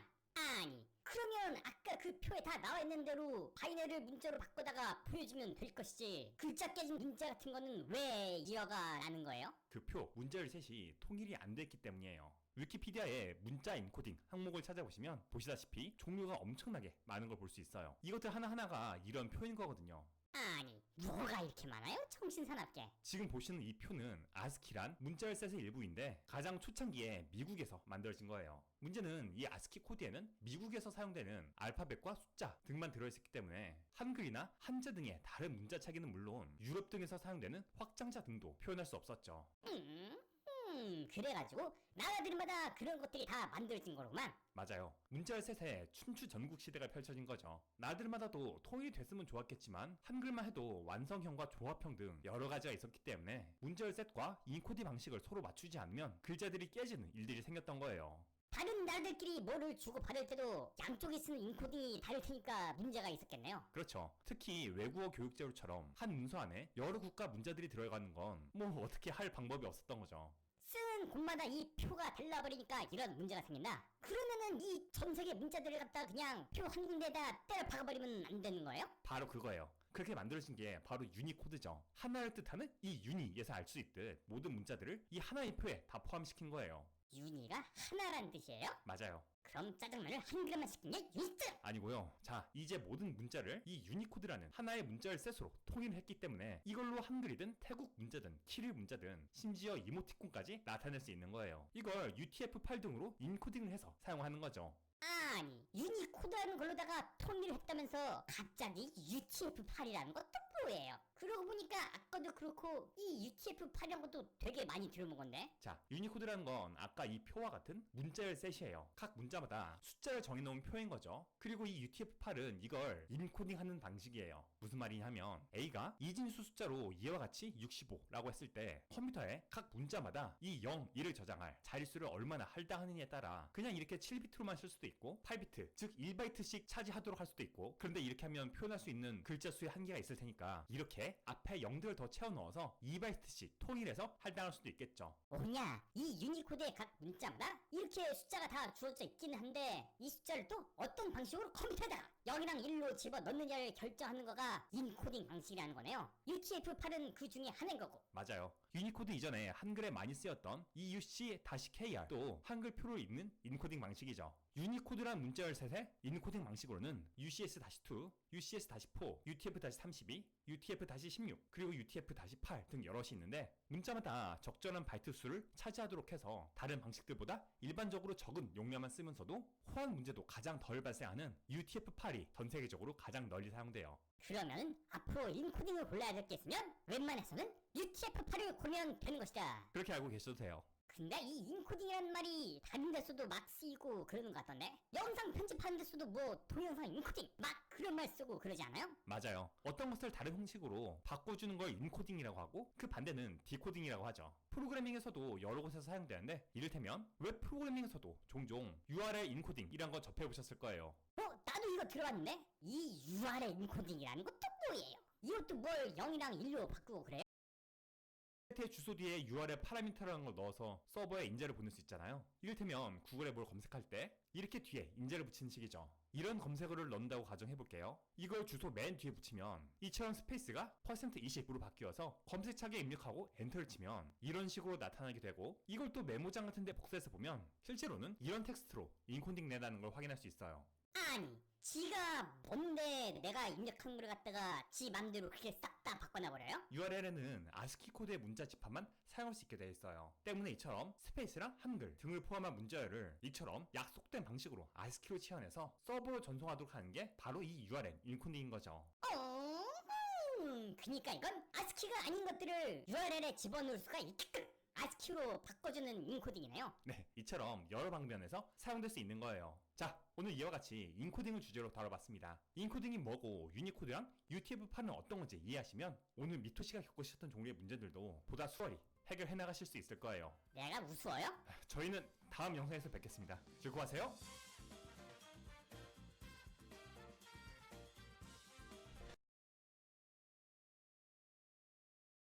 각 트랙의 커리큘럼은 마이크로소프트, 배달의 민족, 쿠팡, 카카오 등 현업 개발자들과 1년 넘게 난 돌중이에요. 엄마가 코딩으로 집안일을 해놓으라고 해서 자 이렇게 자바 코드로 청소부터 할 거예요. 먼저 청소기를 가져와서 켠 다음에 거실부터 다 청소를 돌릴 거죠. 이제 실행을 해보면은 에러가 났네? 엄마! 너 왜 그래? 무슨 일이야? 엄마 나 청소하려고 그러는데 이렇게 에러가 나버렸다? 이 녀석아, 이런 컴파일 오류 하나 못 잡아서 집안 청소를 못하고 있어? 얼른 원인 파악해서 고쳐놔. 컴파일 오류? 컴파일 오류가 뭐지? 말 그대로 컴파일 도중 일어나는 오류지. 아저씨 누구예요? 여긴 어떻게 들어왔어요? 내가 어디로 들어왔는지보다 중요한 건 이 자리에 어째서 세미콜론이 붙어있지 않을까인 것 같은데. 정말이네. 깜빡하고 빼먹었나 보다. C 계열 언어나 자바, 스위프트, 코트린 등의 언어들은 코딩을 마치고 사용자에게 배포되기 전에 일을 하나 하지. 일이라고요? 개발자가 쓰는 프로그래밍 언어로 된 코드를 기계어 등 다른 형태로 바꿔주는 거야. 예를 들면 자바 코드의 경우 JVM에서 실행할 수 있는 클래스 파일로 변환이 되지. 실행되기 전 반드시 해야 하는 이런 일을 컴파 일이라고 한다. 그래서 그런 언어들을 컴파일 언어라고 하는 거구나. 그럼 컴파일 오류라는 거는 그 컴파일 하는 과정 중에 일어나는 오류인 거네요? 보다 정확히 말하자면 문제가 있는 코드가 컴파일하는 과정 중에 걸러지는 거라고 할 수 있지. 그 중에서도 이처럼 세미콜론을 빼먹는 등 프로그래밍 언어의 문법의 어긋남으로 인한 오류를 신텍스 오류라고 해. 그 외에도 이처럼 변수의 자료형과 다른 값을 넣거나 선언되지 않은 변수를 사용하거나 스펠링이 틀린 구문을 사용하는 등 굳이 코드를 실행해보지 않아도 해당 언어의 문법과 규칙 선에서 파악될 수 있는 오류가 있다면 코드가 컴파일되지 못하고 오류가 발생하는 거지. 컴파일 언어는 코드를 미리 컴파일, 즉 다른 언어로 번역해놓는 언어니까 번역하는 과정에 문법이나 철자가 틀리거나 하는 거를 미리 잡아내는 거라는 얘기로군요. 그럼 이제 여기다 세미콜론 다시 붙이고 컴파일하면? 됐다! 컴파일 됐어! 엄마! 나 이거 에러는 거 고쳤다? 이 녀석아, 뭐 대단한 거 했다고 호들갑이야? 엄마 이거 봐봐! 이거 이제 실행해보면은 으이구 이 화상아, 고치긴 뭘 고쳐? 이 앞머리 안 되는 아저씨가 도와줘서 분명 고쳤는데? 아저씨 어디 갔지? 이놈 자식아, 코딩하면서 맨날 좋으니까 이상한 쿵나 척구고 그런 거 아니야? 세미콜론 붙이고 컴파일했는데 왜 에러가 나지? 에러가 왜 났는지 모르겠으면 에러 메시지를 봐봐. 노클래스 데프 파운드의 에러? 자바 링키지 에러의 한 종류잖아. 지금 청소기를 이 파일에서 가져다 쓰고 있는데 이 백큐 이거 클래스 파일로 컴파일 오는 거 어디 갔어? 어디 갔어? 그거 필요 없는 건 줄 알고 줄여버렸지. 이 미련 콩콩이 같은 녀석아, 멀쩡히 컴파일 온 결과물을 왜 치고 지랄이야? 그러니까 실행할 때 필요한 파일이 연결 안 돼서 생기는 링킹 오류가 발생하지. 링킹 오류? 빨리 다시 컴파일해서 청소 끝내고 설거지까지 마쳤나? 컴파일 언어는 너무 번거로워. 실행하기 전에 맨날 컴파일을 해놓으니까 컴파일 에러 같은 것도 막 일어나고, 자바스크립트 같은 인터프리터 언어는 미리 번역 작업 같은 거 안 하고 실행될 때 바로바로 통역되니까 설거지는 자바스크립트로 다 짜버려야지. 이렇게 벨에다가 씻을 것들을 다 넣은 다음에 포문을 돌려가지고 다 씻어버릴 거다. 왜 밥그릇만 계속 씻고 있지? 엄마! 엄마! 이놈 시간 또 왜? 엄마 밥그릇만 되게 깨끗해지고 있다. 이 녀석이 아직 그릇을 달라 없애려고 작정했어. 저녁밥 손에 다 던지기 전에 냉큼 고쳐놓지 못해?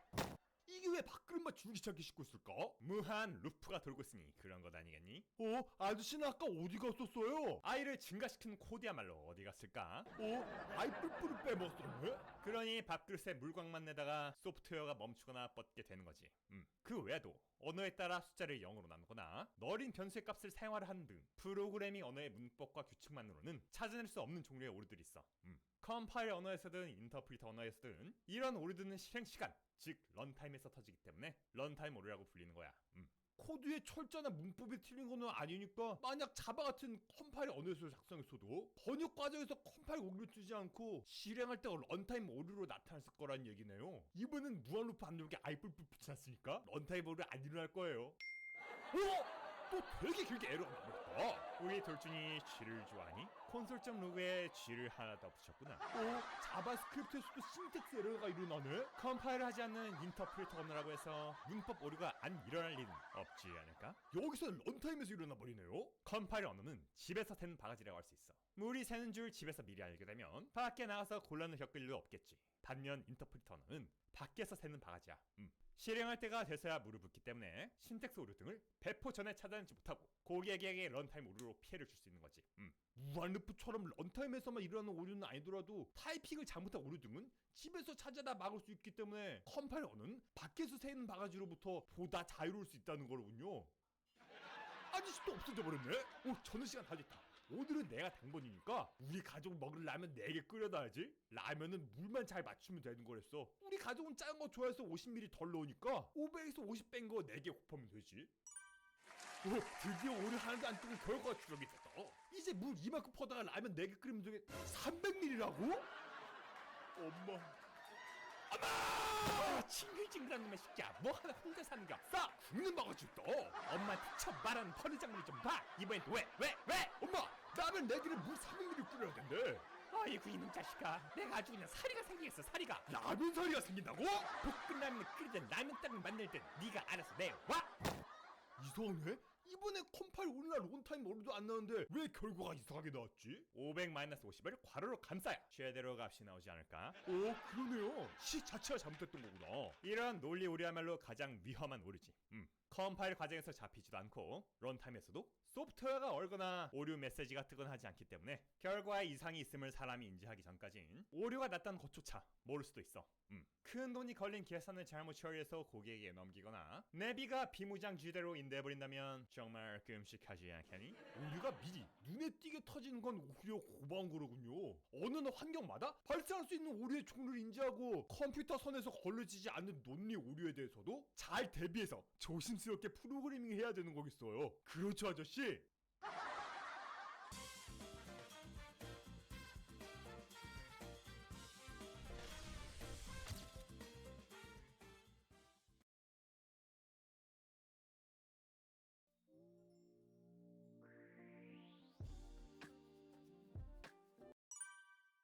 반갑습니다. 얄파쿠엔 코린이집 친구들. 오늘도 슈넬쌤과 함께 즐거운 코딩 공부를 해볼 거예요. 코린이들의 단짝 친구 슈넬 선생님이야. 오늘은 어떤 프로그래밍 언어를 배우든 첫 부분에 배우게 되는 자료형에 대해 알아볼 거야.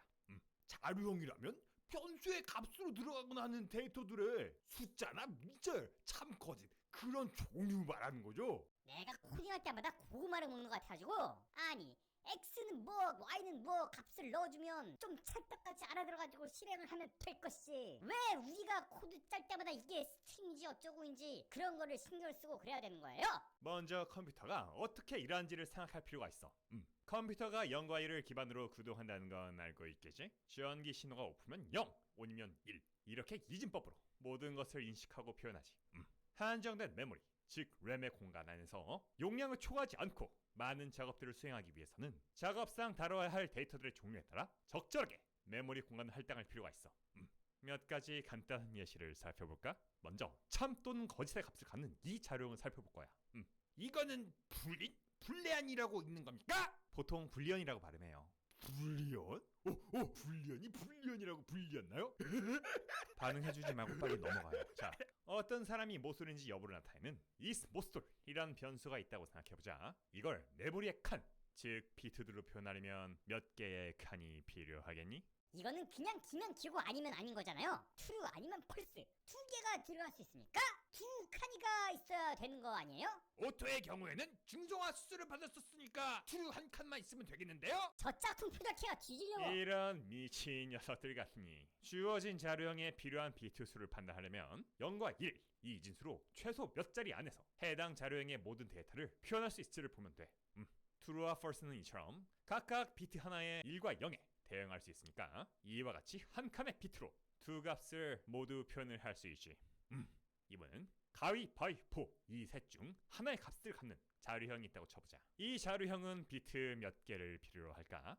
이번엔 제가 해볼게요. 제가 이거 맞춰볼게요. 가위바위보에 가질 수 있는 3은 2의 1승보다는 크고 2의 2승보다는 작으니까 이진수 2자리면 충분하겠죠? 0은 가위, 0은 바위, 1은 보 이런 식으로 할당을 하면 되니까 비트 2개로 표현할 수 있는 거잖아요. 우리 구스타프가 개념을 제대로 잡았구나. 그럼 값의 가지수가 정해진 다른 자료형들도 이런 식으로 필요한 크기를 짐작할 수 있겠네요. 예를 들면 월화수목금토일 이렇게 요일을 나타내는 자료형이 있다면 7은 2의 2승과 2의 3승 사이에 있는 거니까 이렇게 비트 3칸의 조합으로 모든 요일을 나타낼 수 있는 거일 거고요. 다들 잘 이해했네요. 실제 자료형들이 데이터를 메모리에 저장하는 방식들은 보통 이 예시들보다는 복잡하지만 중요한 건 언어마다의 각 자료형은 각각의 범주에 포함되는 모든 데이터들을 가장 효율적으로 저장해서 메모리를 절약할 수 있도록 설계되어 있다는 거예요. 자료형은 데이터를 저장할 때뿐 아니라 주어진 위치에서 데이터를 읽을 때도 중요하지. 이 메모리 공간에서 이 위치에 given이라는 변수나 인재가 주어졌을 때 그로부터 몇 칸을 읽어댈지를 자료형으로 판단하는 거야. boolean이라면 한 칸을 읽어서 false가 나오겠지. 가위바위보라면 두 칸을 읽어서 by가 나올 거고, 요일이라면 세 칸을 읽어서 수요일로 인식하게 되는 거지. 얄코쌤이 말했듯 실제 자료형들은 데이터를 저장하는 방식들도 여러 가지이기 때문에 읽어드린 비트들을 어떻게 해석하는지도 자료형에 따라 결정이 되는 거야. 근데 슈네쌤 궁금한 게 있는데요. 이렇게 직업이랑 나이를 변수에 담아서 출력하는 코드를 자바랑 자바스크립트 그리고 파이썬으로 짜보면요, 자바의 경우에는 이렇게 변수마다 자료형을 적어야 되고 함수 같은 데서 인자로 받는 것도 다 그렇게 하는데 자바스크립트나 파이썬은 이렇게 그냥 변수에다가 데이터를 바로 넣어버릴 수 있잖아요. 이건 왜 이런 거예요? 뒤에 또 보면 그것만 그런 게 아니고요. 자바스크립트나 파이썬에서는 원래 숫자였던 age에다가 나중에 스트링, 네? 그 문자열을 때려 넣어도 누가 뭐라고 안 하는데 자바에서 그렇게 하면 에러가 떠버린단 말이에요. 이런 걸 보면은 자바스크립트나 파이썬 같은 언어들이 코딩할 때는 되게 쉽고 편해 보이면서도 뭔가 좀 근본이 없는 것 같고 그런 것 같아요. 잘 얘기했어. 사실 오통화 말한 부분이 보다 본질적이지. 이 언어들의 또 다른 차이점을 말해보겠니? 자바는 컴파일 언어, 자바스크립트랑 파이썬은 인터프리터 언어라는 거죠? 예! 그들의 차이는 알고 있겠지? 컴파일러는 코딩을 맞추고 나면 프로그래밍 언어로 짠 코드를 컴파일이라는 과정을 통해서 다른 형태로 바꿔주게 돼. 그 결과물은 기계일 수도 있고 자바의 점프 클래스 파일처럼 가상 머신형 바이트 코드일 수도 있어. 자바스크립트로 컴파일되는 타입스크립트 같은 독특한 케이스도 있지. 이 컴파일러 작업을 거치고 나서 그 결과물을 실행하는 것이 컴파일 언어의 특성이지. 반면 인터프리터 언어는 코딩 후 다른 과정을 거치지 않아. 개발자가 작성한 코드가 그대로 실행할 곳으로 보내져서 인터프리터라는 것을 통해 바로바로 기계. 반갑습니다. 얄파쿠 앤 코린이집 친구들. 오늘도 슈네쌤과 함께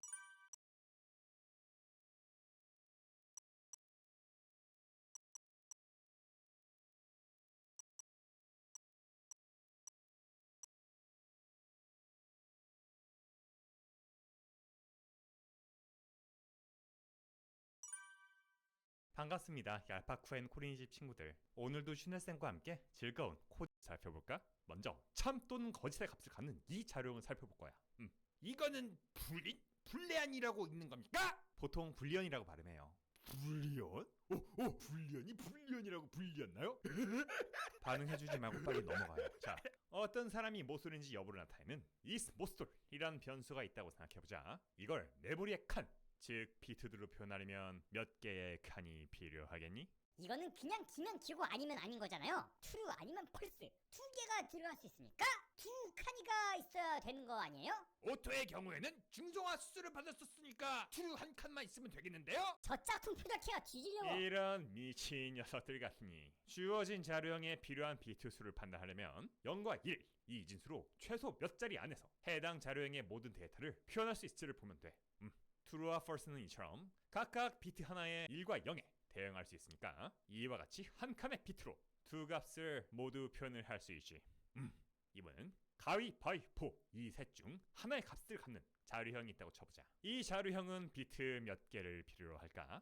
이번엔 제가 해볼게요. 제가 이거 맞춰볼게요. 가위바위보에 가질 수 있는 3은 2의 1승보다는 크고 2의 2승보다는 작으니까 이 진수 두 자리면 충분하겠죠? 00은 가위, 01은 바위, 10은 보, 이런 식으로 할당을 하면 되니까 비트 두 개로 표현할 수 있는 거잖아요. 우리 구스타프가 개념을 제대로 잡았구나. 그럼 값의 가짓수가 정해진 다른 자료형들도 이런 식으로 필요한 크기를 짐작할 수 있겠네요. 예를 들면 월화수목금토일 이렇게 요일을 나타내는 자료형이 있다면 7은 2의 2승과 2의 3승 사이에 있는 거니까 이렇게 비트 3칸의 조합으로 모든 요일을 나타낼 수 있는 거일 거고요. 다들 잘 이해했네요. 실제 자료형들이 데이터를 메모리에 저장하는 방식들은 보통 이 예시들보다는 복잡하지만 중요한 건 언어마다의 각 자료형은 각각의 범주에 포함되는 모든 데이터들을 가장 효율적으로 저장해서 메모리를 절약할 수 있도록 설계되어 있다는 거예요. 자료형은 데이터를 저장할 때뿐 아니라 주어진 위치에서 데이터를 읽을 때도 중요하지.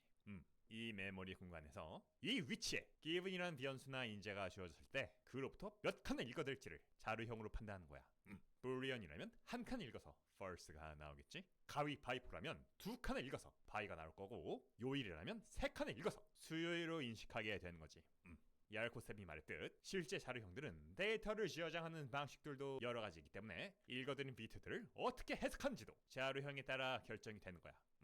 근데 슈네쌤 궁금한 게 있는데요. 이렇게 직업이랑 나이를 변수에 담아서 출력한 코드를 자바랑 자바스크립트 그리고 파이썬으로 짜보면요, 자바의 경우에는 이렇게 변수마다 자료형을 적어야 되고 함수 같은 데서 인자로 받는 것들도 다 그렇게 하는데, 자바스크립트나 파이썬은 이렇게 그냥 변수에다가 데이터를 바로 넘어갈 수 있잖아요. 이건 왜 이런 거예요? 뒤에 또 보면 그것만 그런 게 아니고요. 자바스크립트나 파이썬에서는 원래 숫자였던 age에다가 나중에 스트링, 네? 그 뭐야 문자열을 때려 넣어도 누가 뭐라고 안 하는데 자바에서 그렇게 하면 에러가 떠버린단 말이에요. 이런 걸 보면은 자바스크립트나 파이썬 같은 언어들이 코딩할 때는 되게 쉽고 편해 보이면서도 뭔가 좀 근본이 없는 것 같고 그런 것 같아요. 잘 얘기했어. 사실 오토가 말한 부분이 보다 본질적이지. 이 언어들의 또 다른 차이점을 말해보겠니? 자바는 컴파일 언어, 자바스크립트랑 파이썬은 인터프리터 언어라는 거죠? 그들의 차이는 알고 있겠지? 컴파일러는 코딩을 맞추고 나면 프로그래밍 언어로 짠 코드를 컴파일이라는 과정을 통해서 다른 형태로 바꿔주게 돼. 그 결과물은 기계일 수도 있고 자바의 점프 클래스 파일처럼 가상 머신형 바이트 코드일 수도 있어. 자바스크립트로 컴파일되는 타입스크립트 같은 독특한 케이스도 있지. 이 컴파일러 작업을 거치고 나서 그 결과물을 실행하는 것이 컴파일 언어의 특성이지. 반면 인터프리터 언어는 코딩 후 다른 과정을 거치지 않아. 개발자가 작성한 코드가 그대로 실행할 곳으로 보내져서 인터프리터라는 것을 통해 바로바로 기계어로 통역되어 실행되지.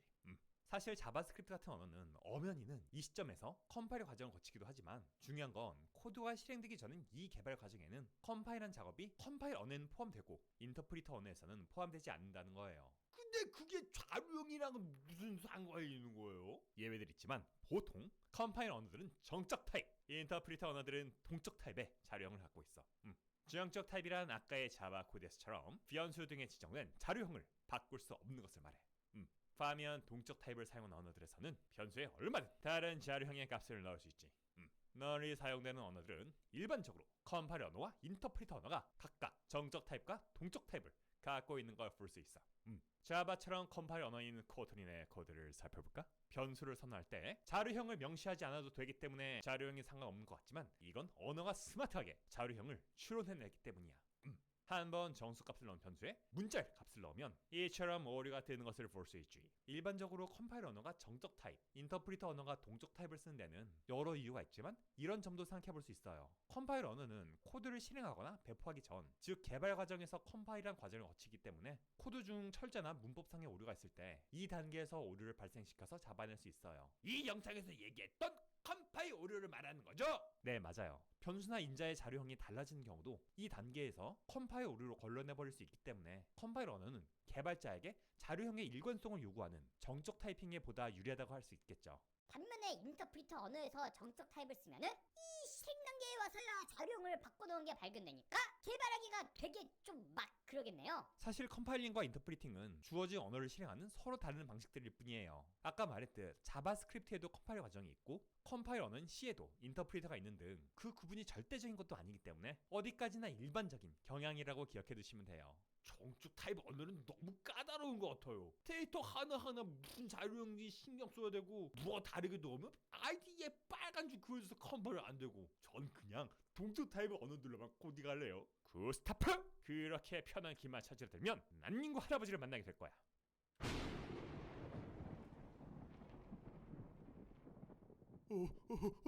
동적 타입 언어는 간단한 코드를 짤 때는 편리하지만 프로젝트 규모가 커지면 숫자형 함수에 문자열이 들어가 버린 등 자료형이 잘못 들어감으로 인한 런타임 오류의 위험성이 커지게 돼. 코딩 중에는 자료형의 일관성이 강조되지 않기 때문에 실행 시점이 되어서야 문제가 터져버릴 수 있는 거지.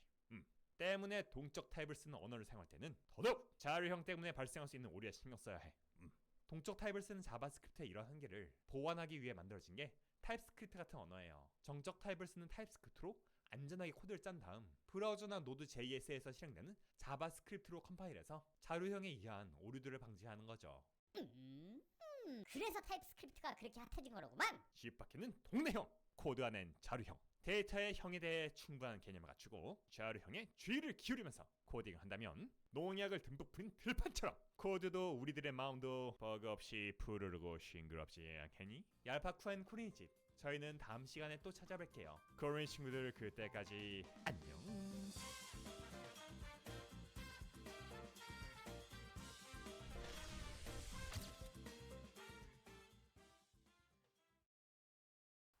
그럼 치킨? 골뱅이지. 치킨이지. 골뱅이 소면.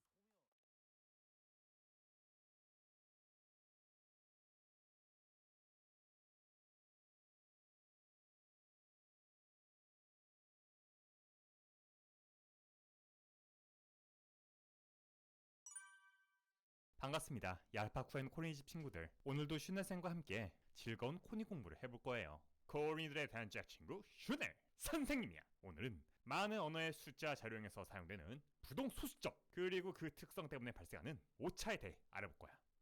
오차라고요? 계산의 결과가 정확하지 않게 나온다는 거예요? 컴퓨터가 계산하는데 오차가 생길 수 있습니까? 믿기지 않는다면 누가 이 식을 프로그래밍으로 계산해보겠니? 0.1 더하기 0.2? 이런 것쯤이야 식은 줄 먹겠죠? 제가요? 자, 바로 짜볼게요. 이렇게 0.1이랑 0.2를 더해서 바로 프린트해보면 왜 뒤에 이상한 게 붙어서 나오지? 식은 죽이 보기보다 만만치 않은 모양이로구나. 줘도 못 먹니? 이번에는 제가 해보겠습니다. 저는 이렇게 자바스크립트로 로고를 찍어볼 거예요. 여기에도 이상한 값이 나오는데요? 야, 표적해 나와봐. 내가 해보려니까. 아니 이게 뭐 그냥 파이썬으로 계산해서 프린트하면 되는 거를. 뭐야 이거, 왜 답이 이따구로 나와요? 프로그래밍 언어들이 단체로 더위를 막은 겁니까? 게다가 전부 다 같은 값으로 결과가 나오는데, 그렇다면 혹시 0.1 더하기 0.2가 사실은 0.3000004인 거 아닐까요? 그럴 리가 없잖아요. 너는 보면 애는 착한데 가끔 보면 좀 모자란 것 같아. 구스타프? 오차라고 했잖아. 내가 오차라고 말을 했지 않니? 프로그래밍에서 숫자를 다루다 보면 이처럼 실제와는 다른 결과에 당황하는 사람들이 많을 거야. 0.1 더하기 0.2가 0.3이 아닌 이유를 미리 말하자면 이 둘이 사실은 각각 0.1과 0.2가 아니기 때문이야. 0.1이랑 0.2가 아니라고요? 컴퓨터는 이진법을 사용해서 숫자를 비롯한 모든 데이터를 표현하고 처리한다는 걸 알고 있겠지? 하지만 이 방식으로는 모든 숫자를 정확하게 표현하지는 못해. 이진법으로 들어가기 전에 우리가 쓰는 십진법의 경우를 먼저 살펴볼까? 이 분수를 십진 소수점 수로 어떻게 나타내지? 이렇게 0점 다음에 3이 끝없이 이어지는 무한소수가 되죠? 맞았어. 10이나 10분의 1의 정수 제곱들을 아무리 더해나가도 3분의 1에는 딱 맞아떨어지지 않기 때문이지. 그렇다고 종이에 3을 무한정 적어나갈 수는 없기 때문에 보통 몇 개의 자리까지만 표현을 하지만 그렇게 하는 순간 그 뒤에 이어지는 숫자만큼의 오차가 생기게 돼. 십진법으로 모든 숫자들을 정확히 나타낼 수 없다는 건 다른 진법들, 이를테면 컴퓨터가 쓰는 이진법 중에서도 그걸로 표현이 안 되는 숫자들이 있을 거란 얘기네요. 우리 구스타프가 포인트를 제대로 짚었구나. 십진법에서 9.625로 표현되는 이 숫자를 이진법으로 바꿔볼까? 먼저 정수 부분 해보자. 이 구란 숫자는 이처럼 2의 0승 그리고 2의 3승의 합이기 때문에 1001로 표현이 될 수 있어. 정수 부분은 어떤 숫자든 이런 식으로 이진법 표현이 가능하지. 이번에는 소수 부분으로 넘어가 볼까? 여기서는 2의 음수 제곱, 즉 2분의 1의 양의 정수 제곱들을 합해 나가지. 다행히도 0.625는 2분의 1과 2분의 1의 세제곱을 합쳐서 나타낼 수 있어. 그래서 0.101로 소수 부분도 정확하게 표현이 되는 거야. 이번에는 십진수의 0.1, 즉 10분의 1을 이진수로 나타내 볼게요. 소수만 있으니까 2의 정수 제곱분의 1의 합으로 이루어지겠죠? 하지만 이처럼 아무리 0과 1을 이어나가도 0.1에 가까워질 뿐 맞아떨어지지는 않음을 알 수 있어요. 이진법에서는 10분의 1이 무한소수가 된다는 얘기네요? 맞아요.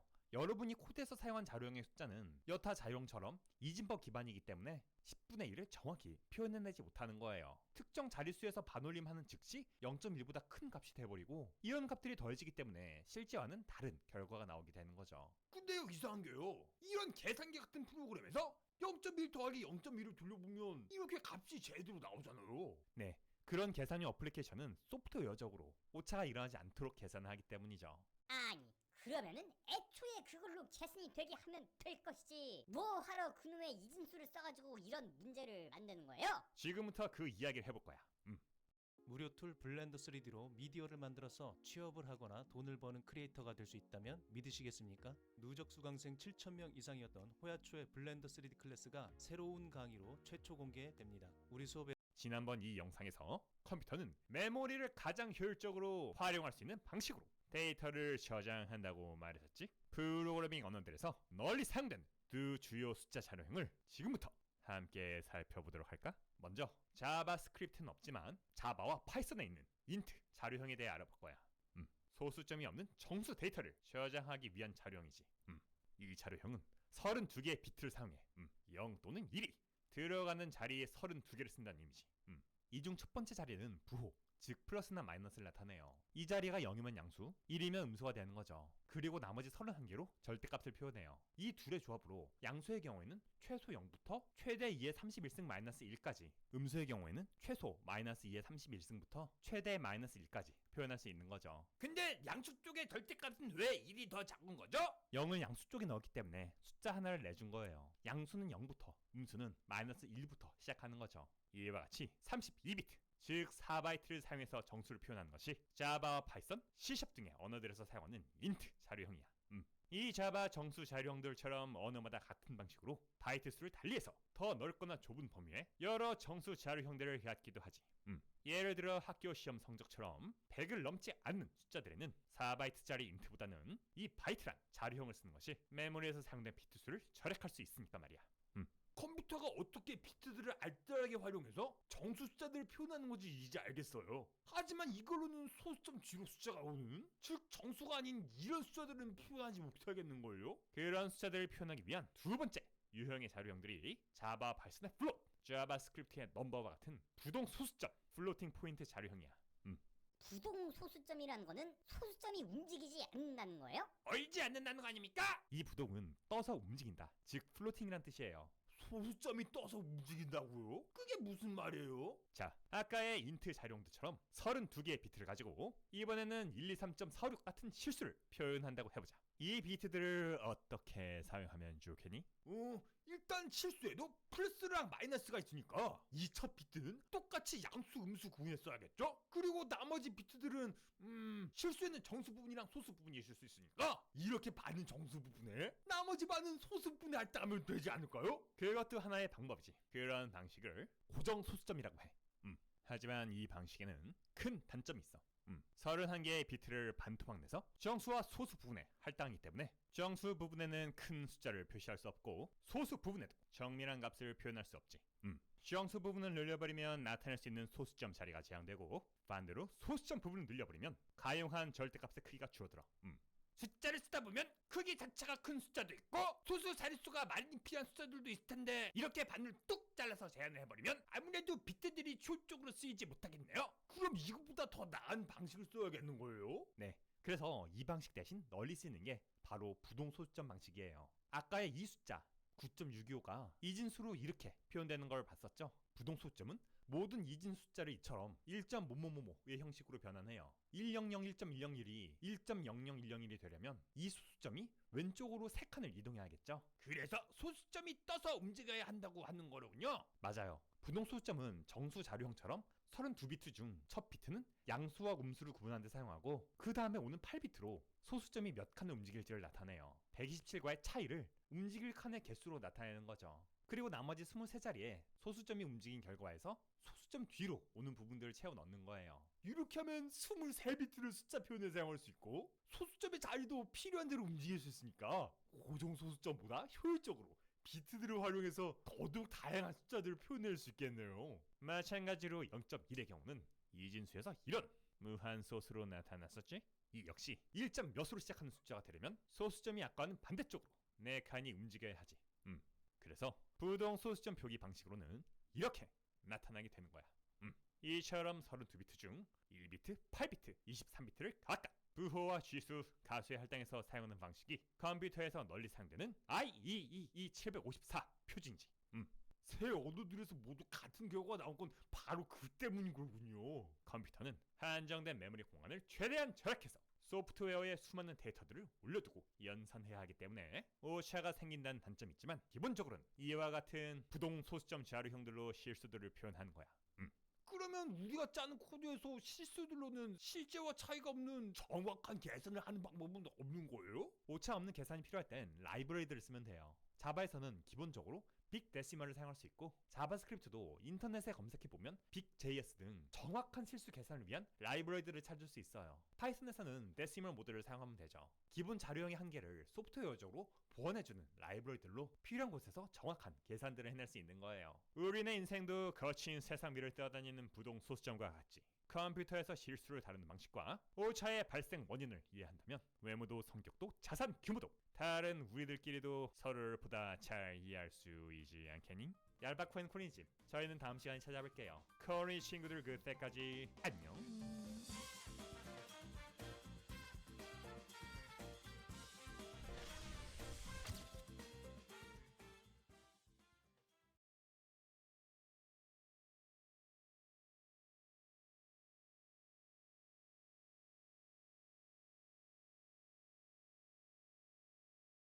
우리나라 직원들은 12% 정도만 몰입하고 있다고 되어 있었어요. 나머지 88%는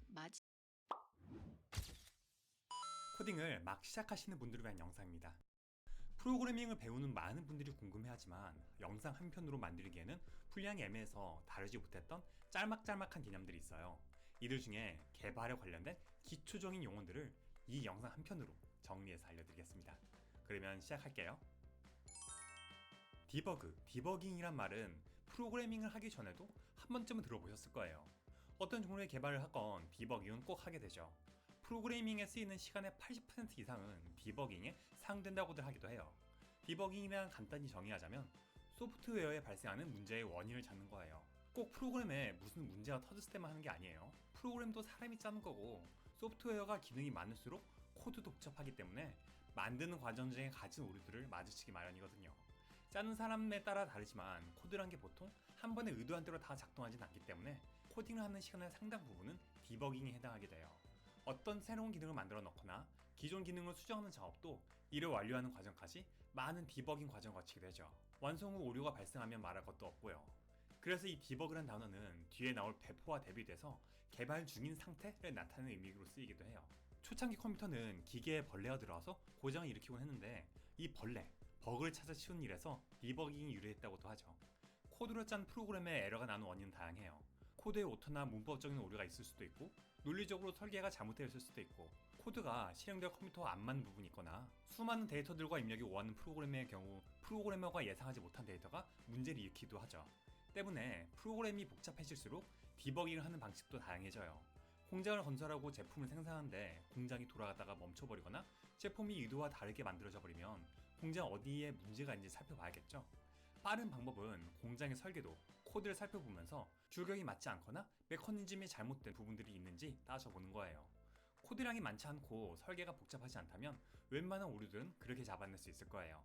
하지만 공장 규모가 크고 단계마다 변수가 다양하다면 공장주가 직접 공장에 들어가서 공장을 가동해보고 단계마다 진행 과정을 살펴보면서 어느 지점에서 문제가 발생하는지 살펴봐야 할 때도 있겠죠. 프로그래밍 코드도 마찬가지예요. 머릿속에서 모든 코드들을 다 돌릴 수 없다면 코드의 특정 단계들마다 상태를 확인할 수 있도록 해서 어느 지점에 오류를 발생시키는 요소가 있는지 찾아가는 거죠. 이 작업은 보통 엄청난 시간과 에너지를 소모하기 때문에 프로그래머의 디버깅을 도와주는 코딩 툴들도 꾸준히 발전해왔어요. 비주얼 스튜디오나 이클립스, 인텔리제이 등 코딩을 할 때 사용되는 프로그램 등에는 디버깅을 위한 여러 기능들이 갖춰져 있어요. 이를테면 코드 중간중간에 검문소를 둬서 이를 통과하는 값들을 살펴볼 수 있도록 하는 기능들이죠. 코드가 원하는 결과물을 내지 않는다면 이 디버깅 툴의 기능들을 사용해서 어느 지점에 어떤 문제가 있는 건지 찾아볼 수 있도록 하는 거예요. 컴퓨터는 0과 1이라는 신호들을 사용해서 돌아간다는 거 알고 있죠? 때문에 컴퓨터가 알아듣는 언어들은 이처럼 0과 1의 기나긴 조합대로 되어 있어요. 사람이 이걸로 프로그램을 짜려면 죽어나겠죠? 때문에 오늘날 널리 사용되는 프로그래밍 언어들은 사람들이 보다 알아보고 작성하기 수월하도록 설계되어 있어요. 나날이 쉬워지고 간결해지고 기능도 강력해지는 이 언어들 덕분에 우리는 손쉽게 코딩을 할 수 있죠. 하지만 기계들은 이 코드들을 알아보지 못하기 때문에 이를 기계들의 언어로 또는 그 중간 단계로 번역해주는 작업이 필요해요. 이걸 언제 하느냐에 따라 이 둘 중 한 범주에 들어가게 됩니다. C, C++, 자바 등의 언어들은 개발자가 코딩을 마치고 완성된 프로그램을 출시하는 단계에서 컴퓨터에게 일을 하나 시켜요. 이 일이 컴파일입니다. 개발자가 작성한 프로그래밍 코드를 출시 전에 번역하는 거예요. 컴파일러라 불리는 번역가가 컴퓨터에게 건네줄 책을 미리 컴퓨터의 언어로 번역 작업을 하는 거죠. 때문에 이 언어들을 컴파일 언어라고 불러요. 자바 코드로 예를 들어볼게요. 이렇게 자바 언어로 코드를 작성하고 컴파일러의 명령을 내리면 이처럼 클래스란 확장자를 가진 파일이 생겨납니다. 이 코드도 아직 못 알아보겠지만 이건 더더욱 모르겠죠? 이 클래스 파일은 자바 가상 머신이라는 프로그램이 설치된 모든 종류의 기계에서 통용되는 기계 언어예요. 프로그래머는 자바 언어로 짠 코드를 이 JVM용 언어로 번역시킨 뒤 이 기계들에 보내서 소프트웨어가 동작하도록 하는 거죠. 이처럼 프로그래머가 쓴 책을 미리 번역하는 언어들도 있지만 그대로 가져가서 그때그때 통역사가 읽어주는 언어들도 있어요. 자바스크립트, 파이썬, 루비 등의 언어들이 대표적이죠. 이들을 인터프리터 언어라고 해요. 다른 말로는 스크립트 언어라고도 하죠. 당장 다음 사이트에 들어가서 코드를 살펴보면 이처럼 자바스크립트로 작성한 코드를 그대로 볼 수 있죠. 소프트웨어를 출시할 때 컴파일을 하는 과정이 필요 없기 때문에 코드 수정이 잦은 서비스의 경우 업데이트가 훨씬 수월하지만 그때그때 통역사가 머리 굴리며 책을 읽어야 하기 때문에 실행 속도는 컴파일러 언어에 비해 느리다는 단점이 있어요. 그리고 프로그래머가 짠 코드가 그대로 배포되어 사용되기 때문에 프로그래밍 코드가 보다 쉽게 누출되기도 하죠. 이런 특성들을 고려해서 개발자들은 자신이 만들려는 서비스에 적합한 종류의 언어를 선택해서 프로그래밍을 해요. 여튼 코드를 미리 번역해서 출시하면 컴파일 언어, 실행할 때마다 통역을 쓰면 인터프리터 언어인 거예요. 작가들이 책을 쓸 때는 챕터마다 워드 파일을 만들고 수많은 사진 및 참고 자료들을 다루면서 작업을 하다가 이를 책으로 낼 때는 PDF 파일 하나로 묶어서 공개하죠. 프로그래밍도 마찬가지예요. 소프트웨어란 게 보통 몇백 줄 코드로 되는 게 아니기 때문에 개발자가 작업하는 프로젝트는 일반적으로 수십 수백 개가 넘는 폴더와 파일들로 이루어져 있어요. 개발자의 편의를 위해서죠. 이 중에는 개발자가 작성하는 코드 파일들도 있고 다른 곳에서 작성한 코드들, 즉 라이브러리들, 그리고 이미지나 기타, 소프트웨어에 필요한 파일들이 포함돼요. 소프트웨어의 특성마다 다르지만 일반적으로는 이를 출시할 때는 이들을 다른 형태로 변형 또는 압축해서 내보내요. 이걸 빌드한다고 하죠. 빌드를 하는 목적과 이유는 다양해요. 윈도우의 .exe 파일처럼 사용자가 바로 실행할 수 있는 파일 하나로 제공하기 위함일 때도 있고 프로그래밍 코드들을 압축해서 전체 크기를 줄이거나 다른 사람들이 가능한 코드를 못 알아보도록 난독화하는 경우도 있어요. 컴파일 언어의 경우 당연히 컴파일해서 내보내야죠. 즉 컴파일 언어로 만든 소프트웨어는 빌드에 컴파일 작업이 포함되어 있는 거예요. 때문에 프로그래밍 언어마다 그리고 소프트웨어 종류마다 빌드 결과물의 형태는 다양해요. 파일 하나로 압축되기도 하고 많은 파일에 걸친 코드들이 더 적은 수의 파일들로 정리되기도 하고 그냥 파일들의 형식과 내용만 바뀌는 경우도 있어요. 정리하자면 작업하는 프로젝트 파일들을 출시하기 적합한 형태로 포장하는 일, 요리한 음식들로 도시락을 싸는 작업을 빌드라고 생각하시면 돼요. 배포라는 말은 척 들으면 감이 오실 거예요.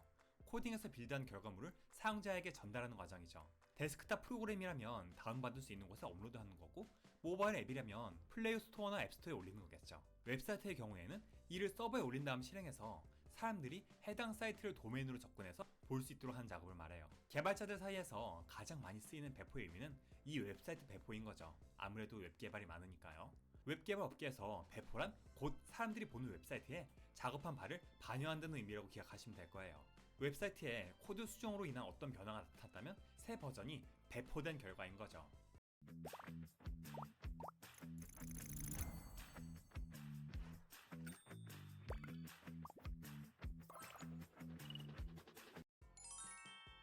환경이란 건 소프트웨어가 동작하는 공간을 말합니다. 일단은 그 소프트웨어가 깔린 컴퓨터라고 생각하기로 해요.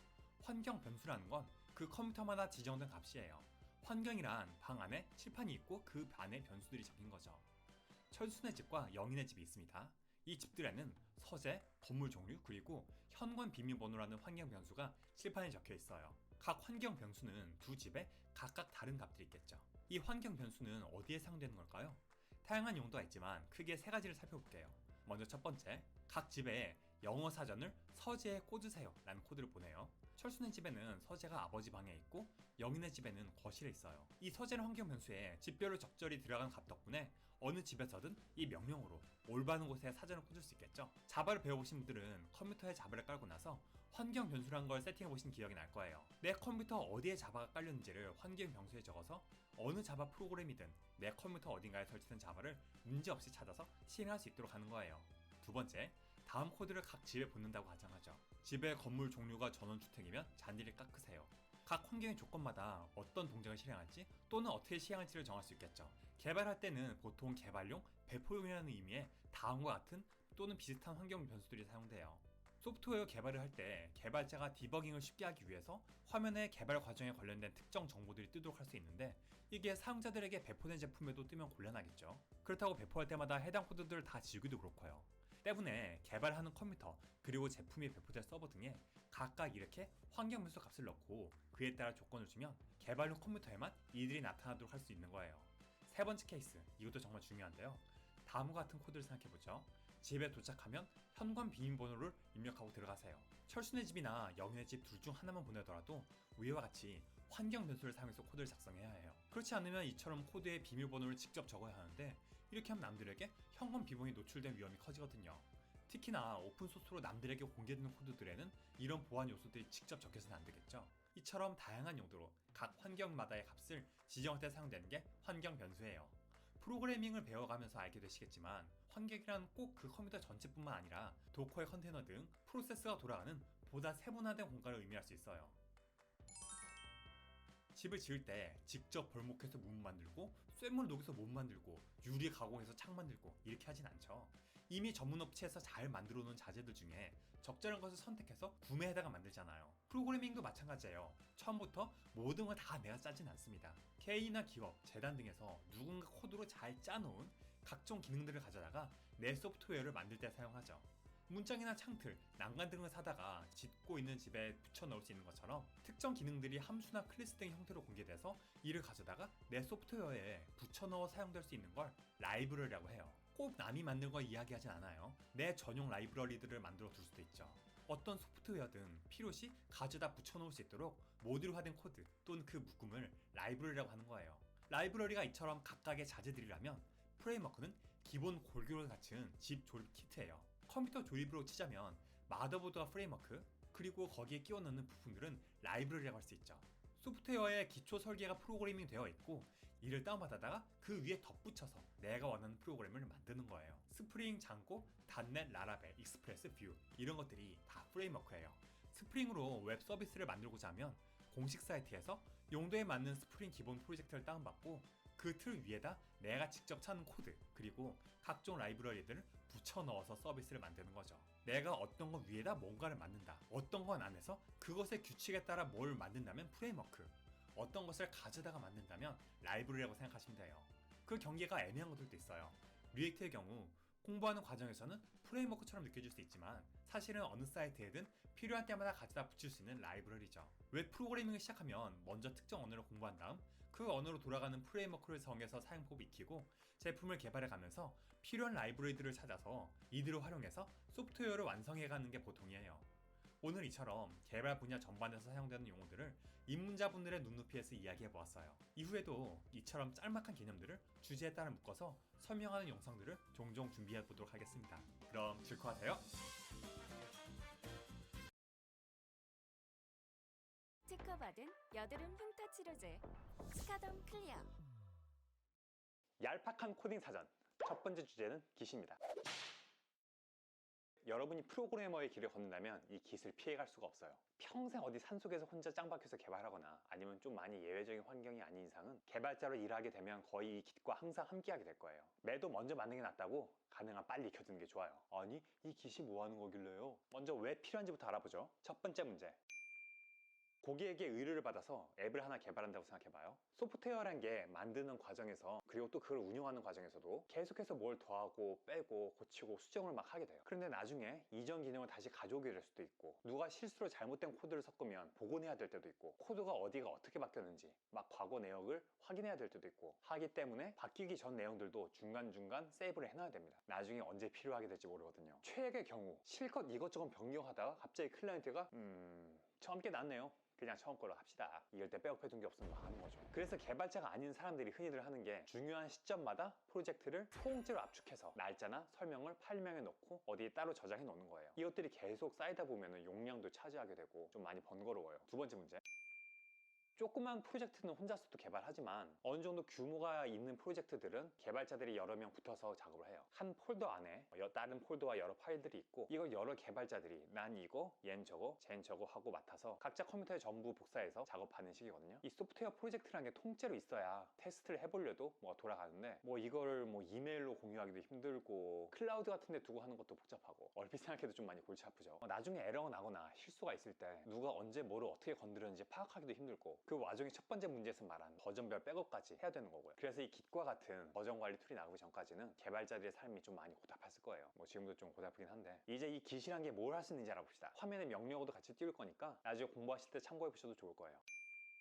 앱이든 웹사이트든 게임이든 소프트웨어를 만들기 시작하면은 파일들이 다 담기는 프로젝트 폴더가 있죠. 그 폴더에서 Git을 시작하면은 지금부터 이 모든 폴더에 수정 내역들이 저장되는 .git이라는 공간이 생겨요. 어느 정도 프로그램을 짜고 파일들을 다 저장했어요. 자, 이쯤에서 백업을 한번 해봅시다. 자, 이 백업에 포함할 파일들 일단 모두를 설정하고요. 자, 이 시점까지는 이러이러한 작업을 진행했다 기록한 다음에 commit 이라는 명령을 실행하면은 이 폴더의 전체 내용들이 찰칵 하고 박제가 돼요. 그 이후로도 프로젝트에 의미 있는 변화가 있을 때마다 찰칵찰칵 커밋해서 박제를 해둡시다. 압축 파일로 저장할 때처럼 전체가 따로 복사되는 게 아니라 각 버전의 변경 사항들만 기록되는 거라서 박제를 여러 번 한다고 용량을 몇 배로 차지하고 그러지도 않아요. 그러다 어라?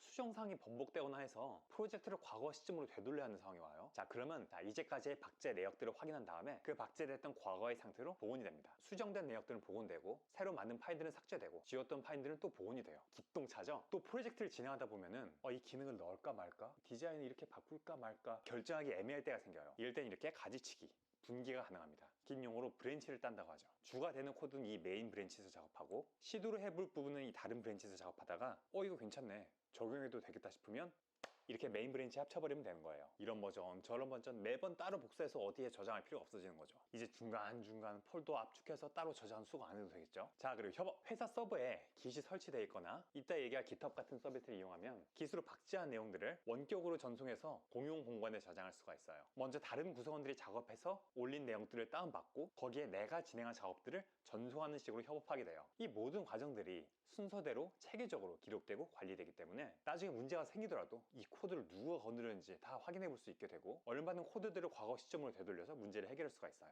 왜 개발자들이 Git을 사용하는지 이제 아시겠죠? 이런 버전 관리 시스템은 Git 말고도 여러 가지가 있어요. 각각 특징이 있고 장단점이 있는데 그것들은 검색해 보시면 자세히 아실 수가 있고 그 중에 오늘날 가장 많이 사용되는 것, 대세는 Git이라는 거. 이 Git을 실무에서 쓸 수 있을 만큼 자유자재로 다루기 위해서는 어느 정도의 연습이 필요해요. 그래서 여러분이 프로그래밍을 공부하는 과정이라면 이 Git을 연습해 볼 수 있는 튜토리얼이나 사이트들이 많이 있으니까 지금 당장 시작해서 익혀두시기를 권장합니다. 자, Git은 이제 알겠고 GitHub이란 뭘까요?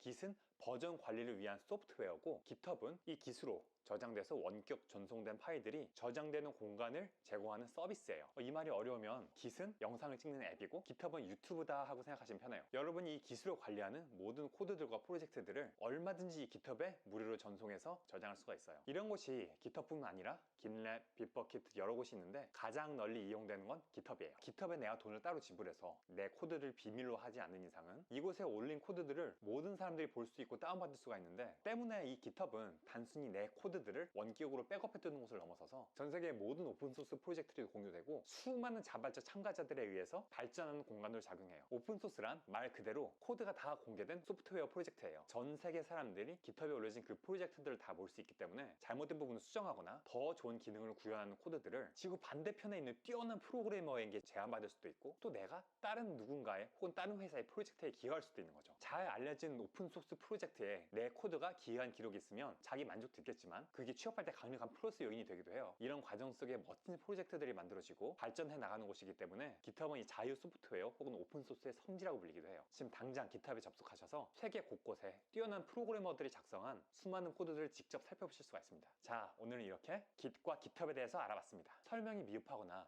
잘못된 부분들이 있으면 댓글로 달아주시면 감사하겠습니다. 즐거워하세요.